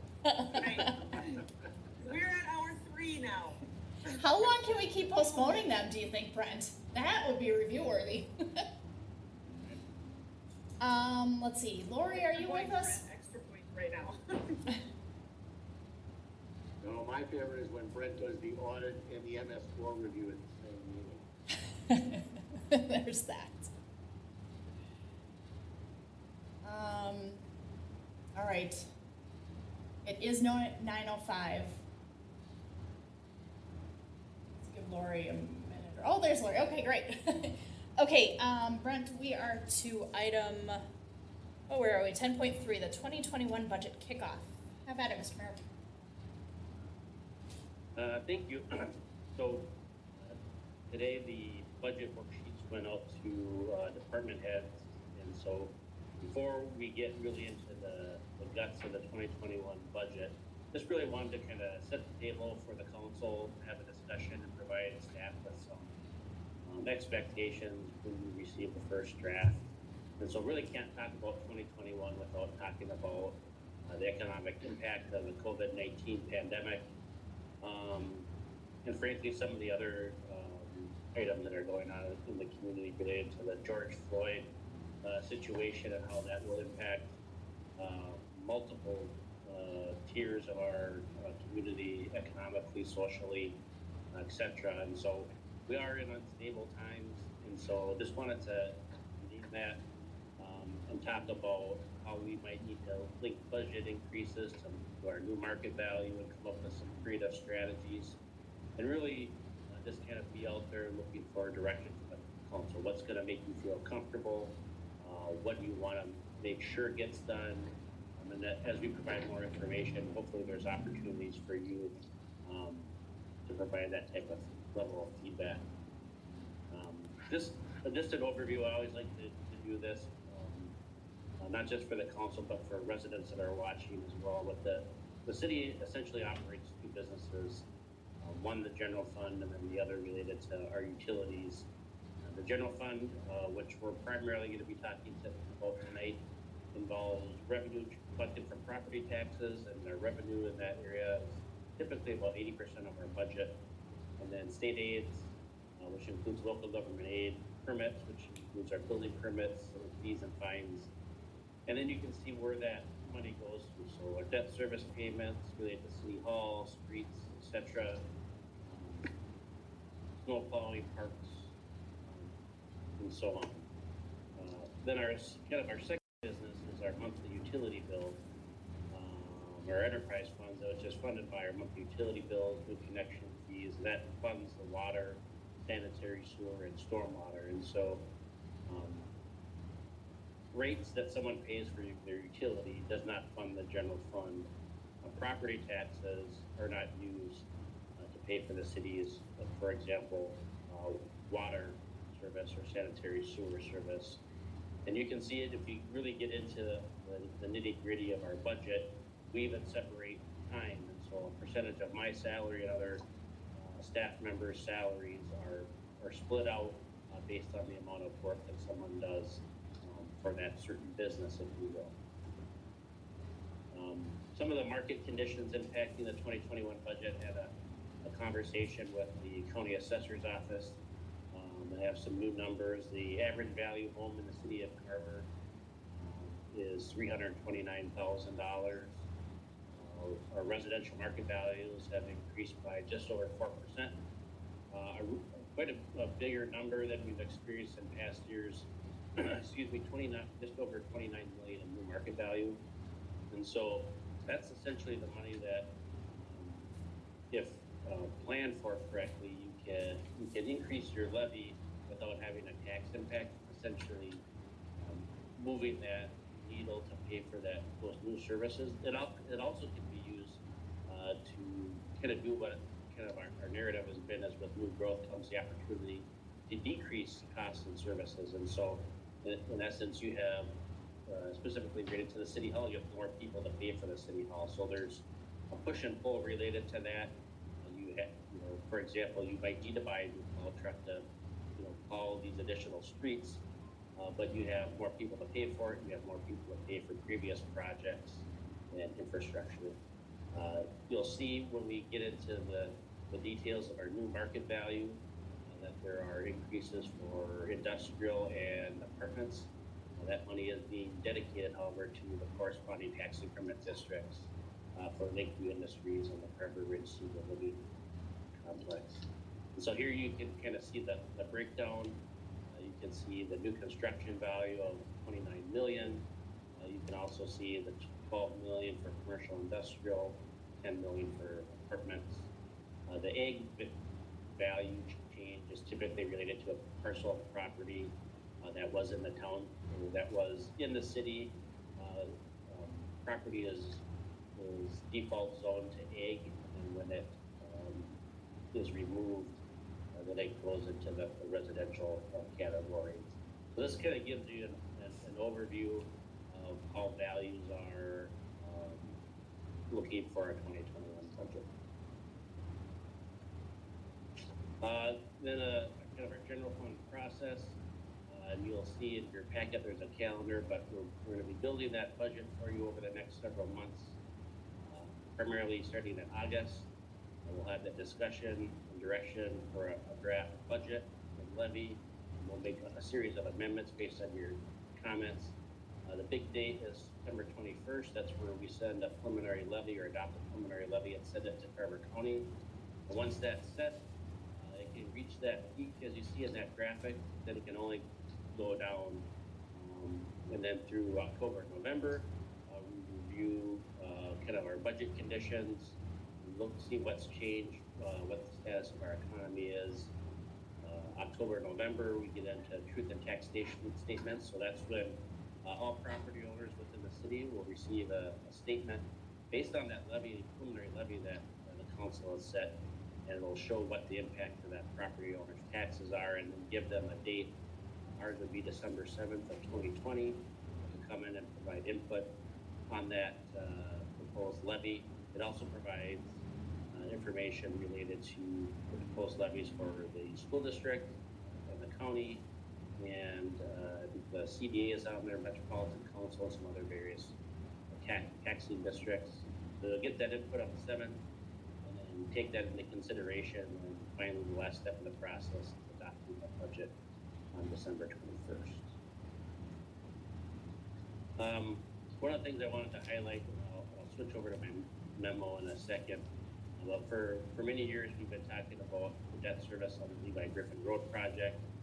We're anticipating Mills Fleet Farm, that TIP district will be decertified at the end of the year, and so the excess increment from that project will no longer be able to fund the debt service for Levi Griffin Road. In your packet, there's a memo from Steve McDonald at ADCO that gets into an analysis or shares an analysis on what the impact of that is. And essentially it's a pass-through that the city's collecting new industrial commercial revenue in that portion to the tune of what 118,000. And so with that debt service of 106, we'll be in good shape based on our rate last year. But one of the first points that I make within my memo is you're adding that 106,000, and so you'll be at a 3.5% levy increase, not a tax increase, but a levy increase. So what you budgeted for last year, starting from scratch, unless you would lower the entire levy by 3.5%. But if you didn't make any changes, you start out with a 3.5% increase to the levy. And so there's some nuance and some education and explanation that we need to do with stakeholders and residents related to that, because it gets into kind of the dirty part of how city finance works. And then just kind of giving you a kind of a past history of where we've been on levies. And again, we have our general levy and then also our debt service. We split those up into two categories. The debt service is, we're committed to making those payments based on resolutions that the council has previously adopted for projects. So really not a lot of wiggle room or no wiggle room in the debt service levy. The general levy is where the council has the most discretion in making policy decisions that impact funding certain projects or not funding certain projects. And so with that, I'm just going to move over to my memo. Can everyone see that? So I covered number one, which gets into the Mills tax increment district. And so I can answer questions at the end related to that. A couple other highlights that I wanted to note. We're in the second year of our collective bargaining agreement, 2021, which calls for a 3.5% increase in employee pay, which we plan to spread to non-union employees and part-time employees as well. The only full-time position, at least initially, that would be more than likely showing you in your first draft of your budget would be for our entry-level public services Tech 3 position. And anytime you make a commitment to a full-time position, there's a great deal of risk related to that, because you're bringing on a person, you're providing them with a livelihood. And so the mayor had some good feedback earlier today about making sure that we're in a position to fund that, because you don't want to be going back and forth where you fund it one year and then eliminate it the next. But again, Chad will do a really good job of explaining this. This is kind of the underside of some of the new growth pieces, where it's fun to get that new growth and see new community members, but there's also equipment needs and then frankly people to run that equipment and provide the standard of maintenance that we all expect. Another piece is looking at the evolution of the city clerk's position to the administrative services director, similar to what we did for community development, which would,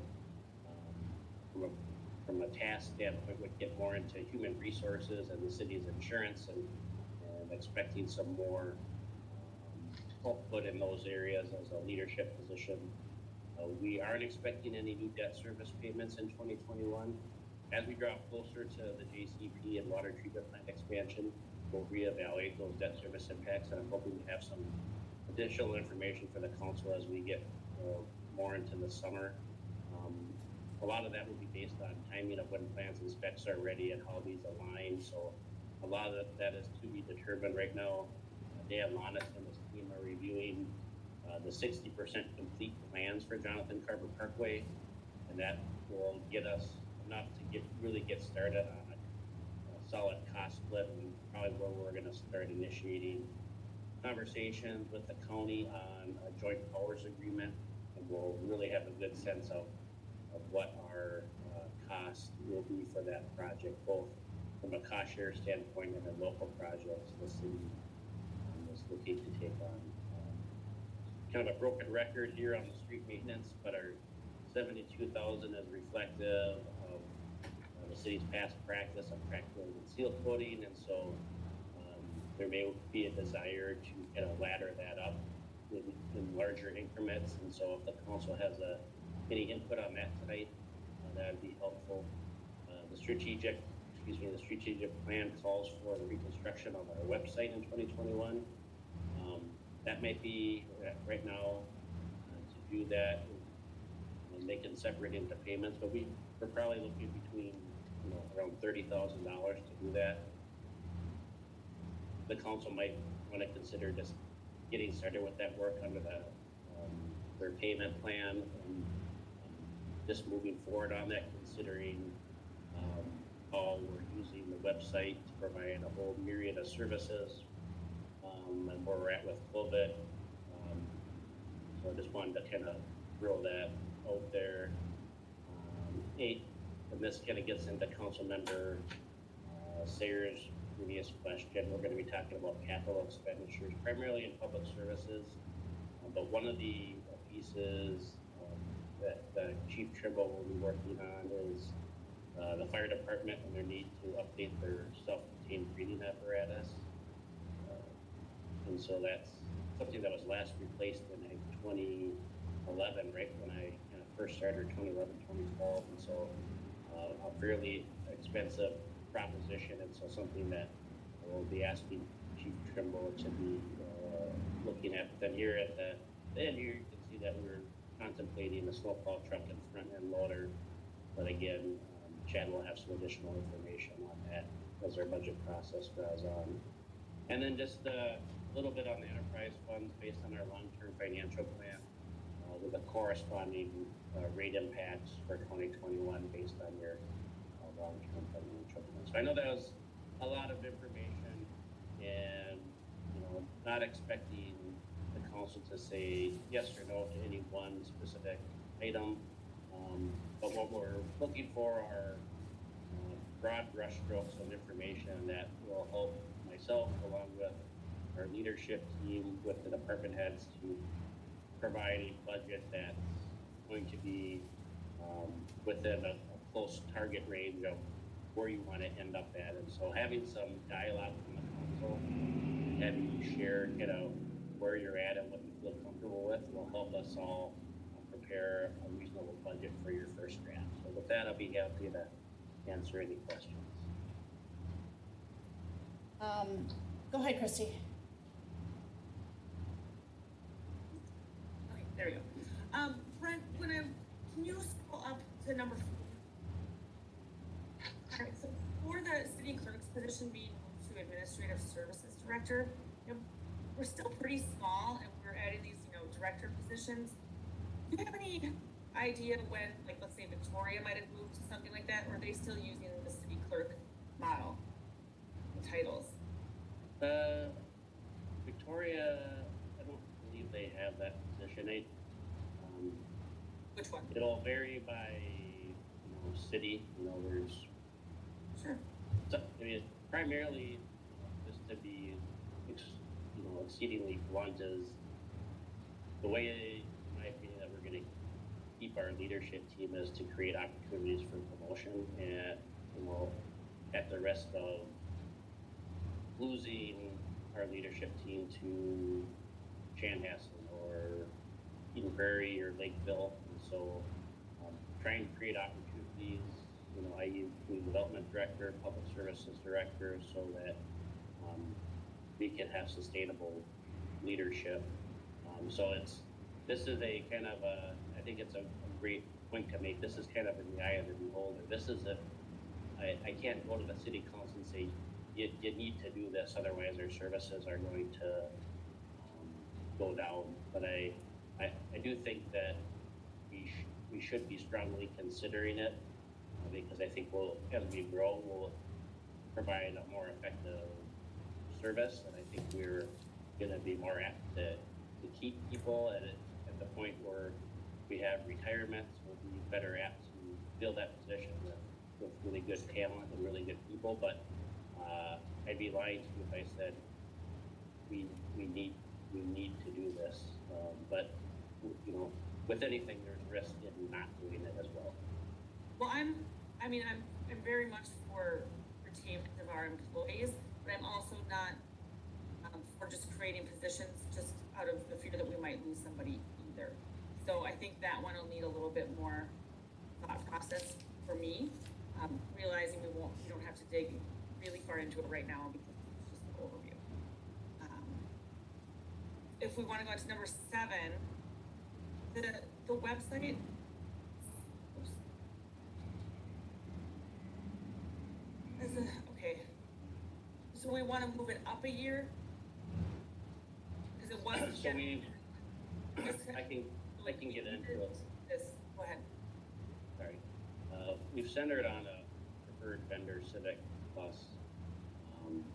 And essentially the startup was around 25,000 or so, and they're willing at zero interest just to have us pay over 3 years. Now it's a strategy was to use the capital special capital fund and just get that done so that you don't have that upfront cost impacting the 2021 budget.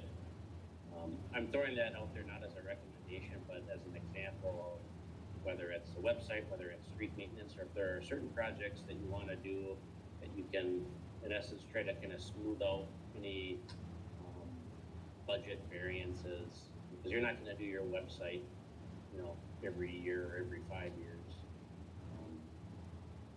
And so it's gonna show a little bit more than street maintenance, where it's just going to kind of be reoccurring. But again, not a recommendation, just an idea. Number 8 for the SCBA's. Do they know if they'll be applying for any grants, or if there's any available for those? So I think the last time we applied for a FEMA grant, Chief Trimble, if you want to speak to that. Yeah, we're actively applying for a grant. Well, we will every year from now till the time that they expire, which is 4.5 years from now. But we don't like to count on that. So when you say 4.5 years from now, so how long, is that what we had left for our SCBA's? If they're good for 4 more years and then they're basically have to be out of service? Yeah, that would be accurate. And so unfortunately, when we were in this position the last time, we hadn't saved any money to do it, and so it put a lot of pressure on that expenditure. And so and I don't know what the dollar figure is, but let's just say it was $100. We try to put $25 away for the next 4 years, so that we didn't have $100 expenditure in year 4. Again, as a means to kind of balance, to kind of level off that. To use a cliche term now, flatten the curve a little bit on our budget. Okay. Thanks, Callie. My final question then is the snow plow truck and the front end loader. When you say snow plow truck, does that mean one of the big plows, or is that a truck with Correct. plows? One of our big plows. Okay. And that's the technical term, the big plow? That's all I know. And what was the last year that we bought the big plow?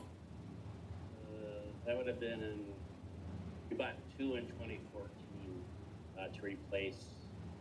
Well, I'd have to kind of dig back. I don't know the history, but we bought 2 it was the first year that Brian was here, so that either 14 or 15. Okay.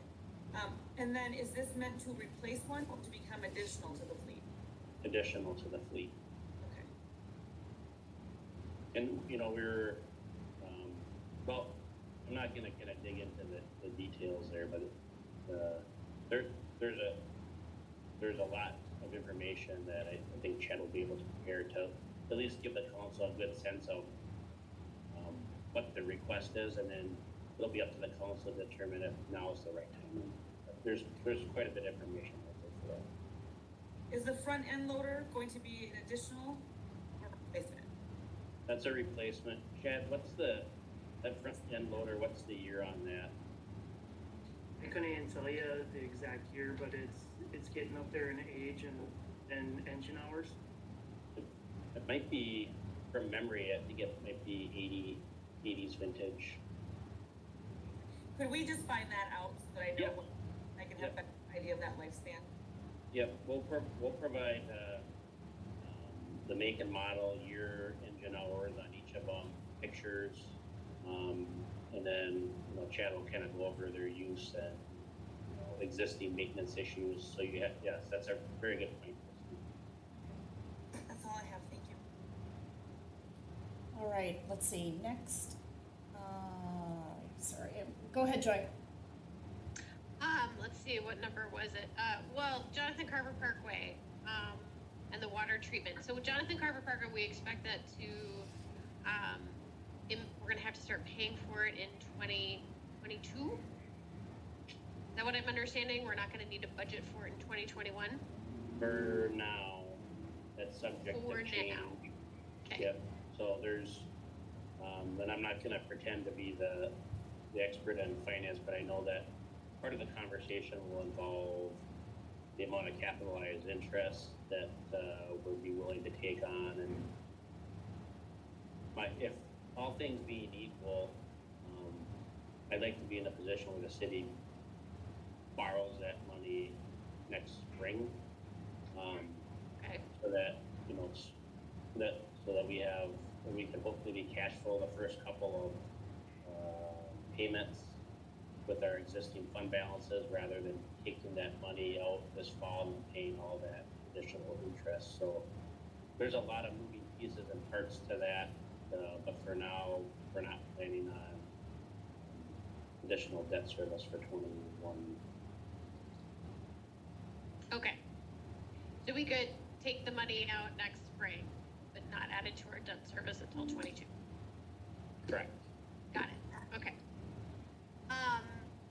I do advocate, as we've talked about, for adding to number 6, our annual street maintenance budget, and planning for that so that we can get a good, strong plan on pavement management in the city. I do also support accelerating or looking at accelerating the website rehaul or overhaul. Your point about sort of the additional services we're providing online due to COVID-19, just as well as the feedback that we heard in the community survey about that being really a preferred method of communication. So I think it's a good investment. So I guess I'd like to see proposals on that. I think I had any other questions or comments. Okay, I have a dumb question about your presentation on the increase in value. Mm-hmm. I think that's what I'm trying to say. Slide number, I think it was number 8 in my packet, but the slide where you have, here was in 2019, our value for residential, commercial, apartment, ag, et cetera. And here was the value change. We added more residential, whatever was new construction, what was market change. So I'm seeing there nearly 14% increase in value. So when we talk about levy increase, that slide, exactly.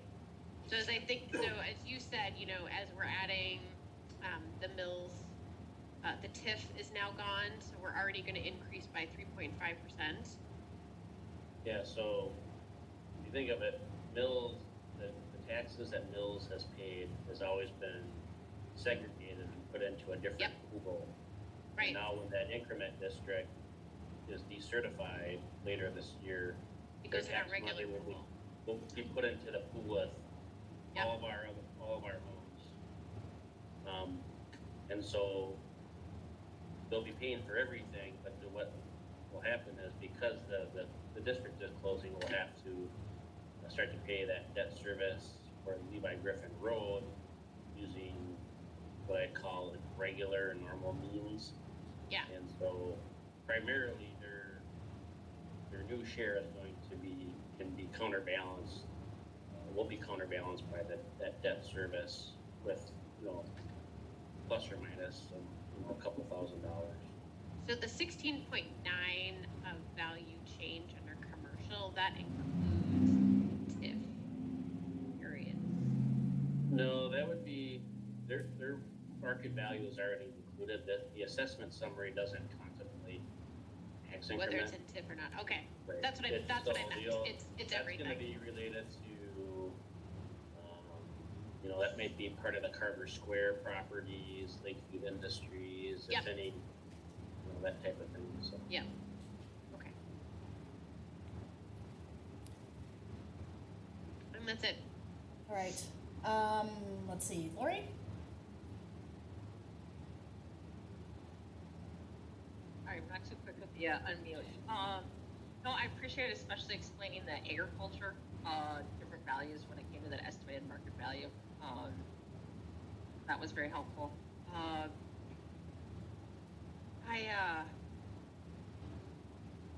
looking just like at the cover letter or the first pages of the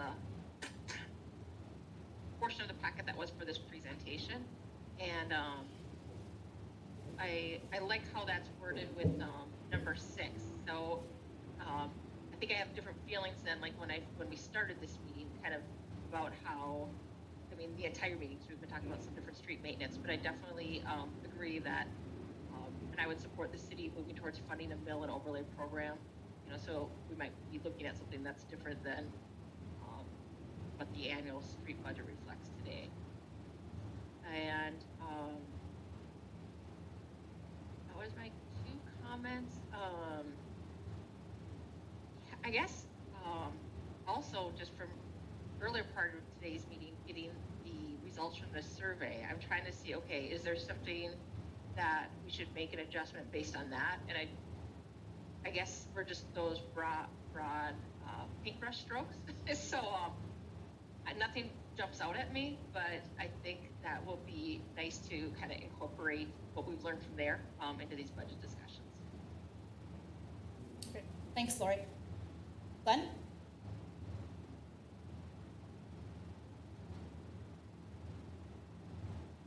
Glenn, if you're talking, you're on mute. How's that, better? Way better. Okay, perfect. I'd like to look at advancing the website, and simply from the responses that we got from the survey. It's highly used, it's highly, I want that to be state of the art so that we can keep in communication, and looking at how our residents are getting our information. They're using the website and the newsletter as their prime sources. I think the sooner that we can get that up to speed, the better, and the more information that they will absorb that way. Street maintenance, I would like to start throwing more money into that bucket, but I look at this as kind of a wish list, and we have until September 17th to have our not to exceed date. So September. yeah, September 17th. September 21st is the date in the deck. 21st? Yep. Okay, I misread. I know the SCBA's are pretty expensive, so that was a pretty big chunk. I think back in 2012 is when we last purchased those. But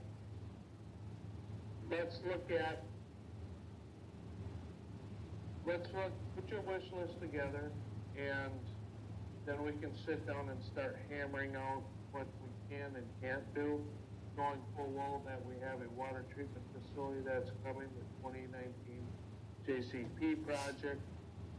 There's going to be some pretty big expenditures, so I'll bring a sharp pencil to those meetings. But those are my comments about where I'm looking at this budget right.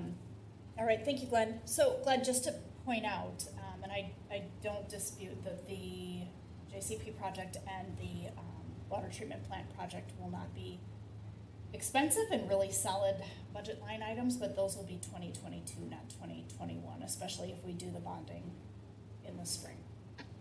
I absolutely understand that, Madam Mayor. All right. But we also know it's going to be a large expense as well. Yep. So, Again, I don't dispute that. So for me, the items, let's see, moving with number 3, Brent kind of mentioned it, but I want to make sure that so I think the caveat that I want to say is that this will be my 4th budget cycle. Every year, city staff has done a really good job of sharpening the pencil and coming to us with the needs versus the wants. And I respect that, and I think we have a relationship so that that's understood. Don't come to us with the wants. Make sure that this is a needs list. My concern with the additional public services tech, if we need it, let's work on that and let's talk about that. I just have some concerns about the economic state that we're in with everything going on with COVID and how long it'll be before we see the trickle-down effects of that economically here in Carver in terms of kind of all of our residents. I know that a lot are already experiencing it.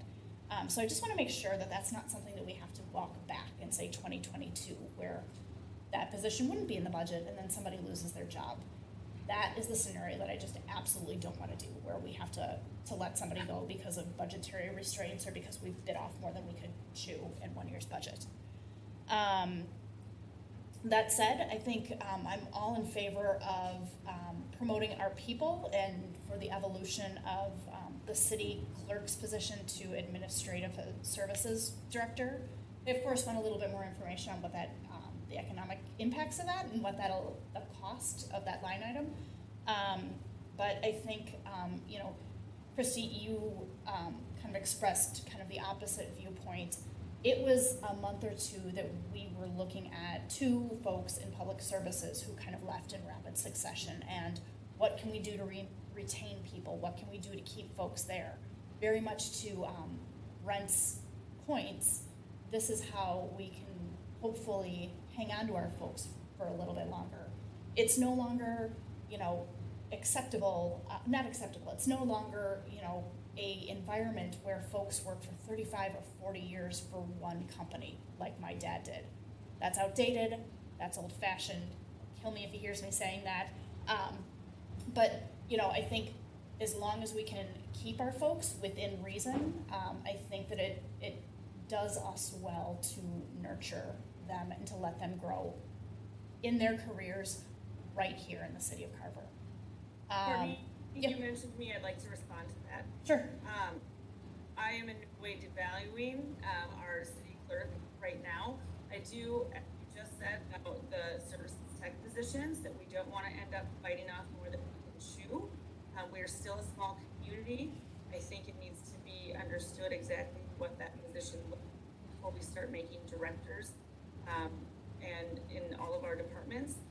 I know many cities who are still larger than us have the city clerk model, and I'd like to see a little bit more about what, if that administrative services director position comes forward, about what that entails. Because again, I don't want us to bite off more than we can chew, and you said it very plainly there in your dialogue that we don't want to end up having to cut people because we've overpromised and now we can't deliver. Yep, I understand. It's my anticipation, and I mean, neither one of us has seen the numbers yet, but I think that that would be a significantly smaller investment than a full-time employee of public services. But we'll see as we get further along in this process. We can have a great conversation about this when we see it come back next time. Looking forward to it already. I know you are too. Let's see, street maintenance. I said earlier tonight, and I'll say it again, that I believe that we need to fund that more seriously. The $72,000 is what is getting us filling potholes and making other minor repairs. Again, with franchise fees being the direction that this council didn't want to go, we have to explore that in this venue now. Strategic plan for the website. In my notes I have, yes, do it now, in all caps. I'm very much in favor of this. You know, I do a lot of my work in the city role at night, and probably this time of night, later on in the night, and I try to be really self-sufficient. I have struggled with our website and finding things more often than I've had successes. So looking back, trying to find more archival stuff or information on ordinances that a resident might email me about, it's a struggle. It's not a very user-friendly website. I think we've got a really strong feeling that we should do this sooner rather than later, and this is exactly the kind of thing that I think that we can get taken care of through the Special Capital Projects Fund and pay for it all in one fell swoop. I would rather do things that way rather than going into a payment plan for that. Let's see, I think the final thing that I have on my list is I think that the budgeting and planning to put money away for the SCBA's makes a lot of sense, and I think that that's how we all have our own kind of personal water heater funds, if you will, and I think that makes a lot of sense to have a plan to pay for that in increments so that it's not one huge budget hit when those expire, and we need to make sure that our folks have the right equipment. So let me see, let me just go through my notes. That is it from me. Brent, do you have the direction and feedback you need from us as a council? Yes. All right.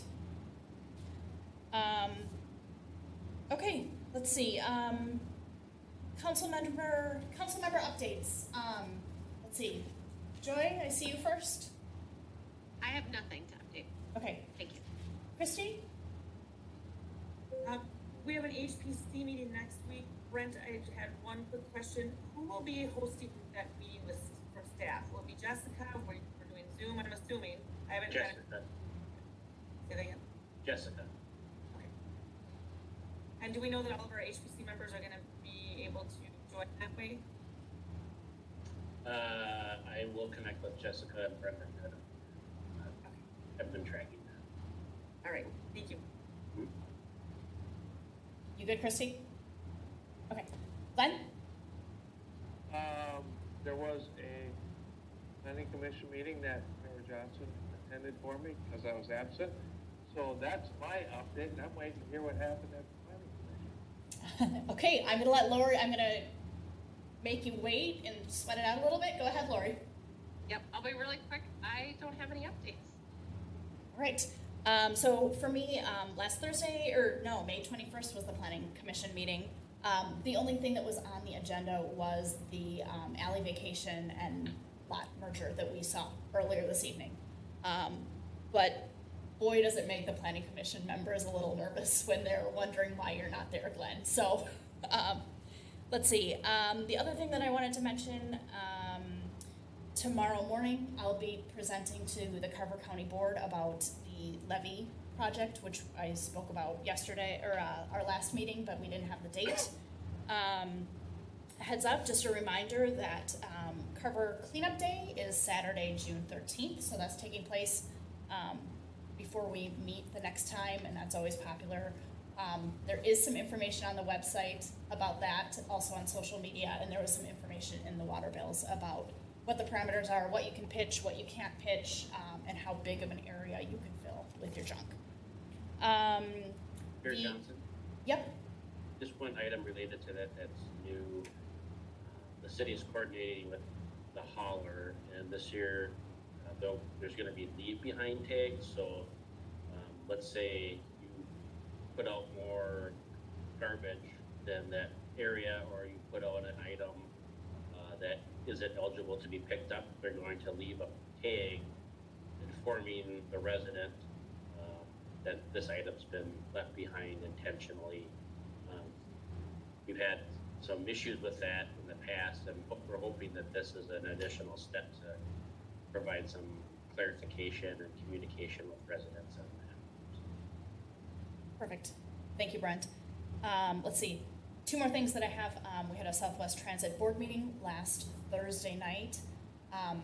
Southwest Transit, that last Thursday was the last day that Southwest Transit was running their buses. With everything that's going on in downtown Minneapolis, in our communities these days, they are following the lead of Metro Transit, and Metro Transit is not running buses or light rail. So We got an email earlier tonight that that decision has been extended. They were thinking they were going to start things tomorrow. It's been pushed back another day, so hopefully those routes will get back up and running soon. Right now, it's looking like it'll be Wednesday, but it's very much an ever-changing situation. And all of that is said with the caveat that I believe that we're still not running routes from Carver Station just because of the COVID situation. There hasn't been ridership. The ridership numbers are down 95% on Southwest Transit. So those numbers do not make sense for us to spend our grant money. And if there would even be riders from Carver Station. So that's the update on things with Southwest Transit. The only other thing that I wanted to point out is on the consent agenda tonight, we approved the payment plan for liquor licenses. I am very thankful for Councilmember Mock for helping and kind of taking the lead and liaisoning with our bar owners downtown. We are working out a payment plan in reaction. Their liquor licenses are due shortly, and making sure that we can have some flexibility with the bar owners in terms of their liquor licenses. But where Christy was really clutch was helping with the COVID situation, the requirements that opened up the bars to have their outdoor seating starting today. So she did a lot of work with those folks, and I just wanted to give you a huge thank you. So that is it from me. Mr. Merrick? Thanks for sticking it out with us for almost 4 hours. That's your update? Look forward to the audit. Can I make a motion to adjourn? Please do. We have a motion from Councilmember Mock. Second. And a second from Councilmember Henry. Any further discussion? Mr. Merrick, can you do a roll call vote, please? Councilmember Henry, Aye, Glenn Henry.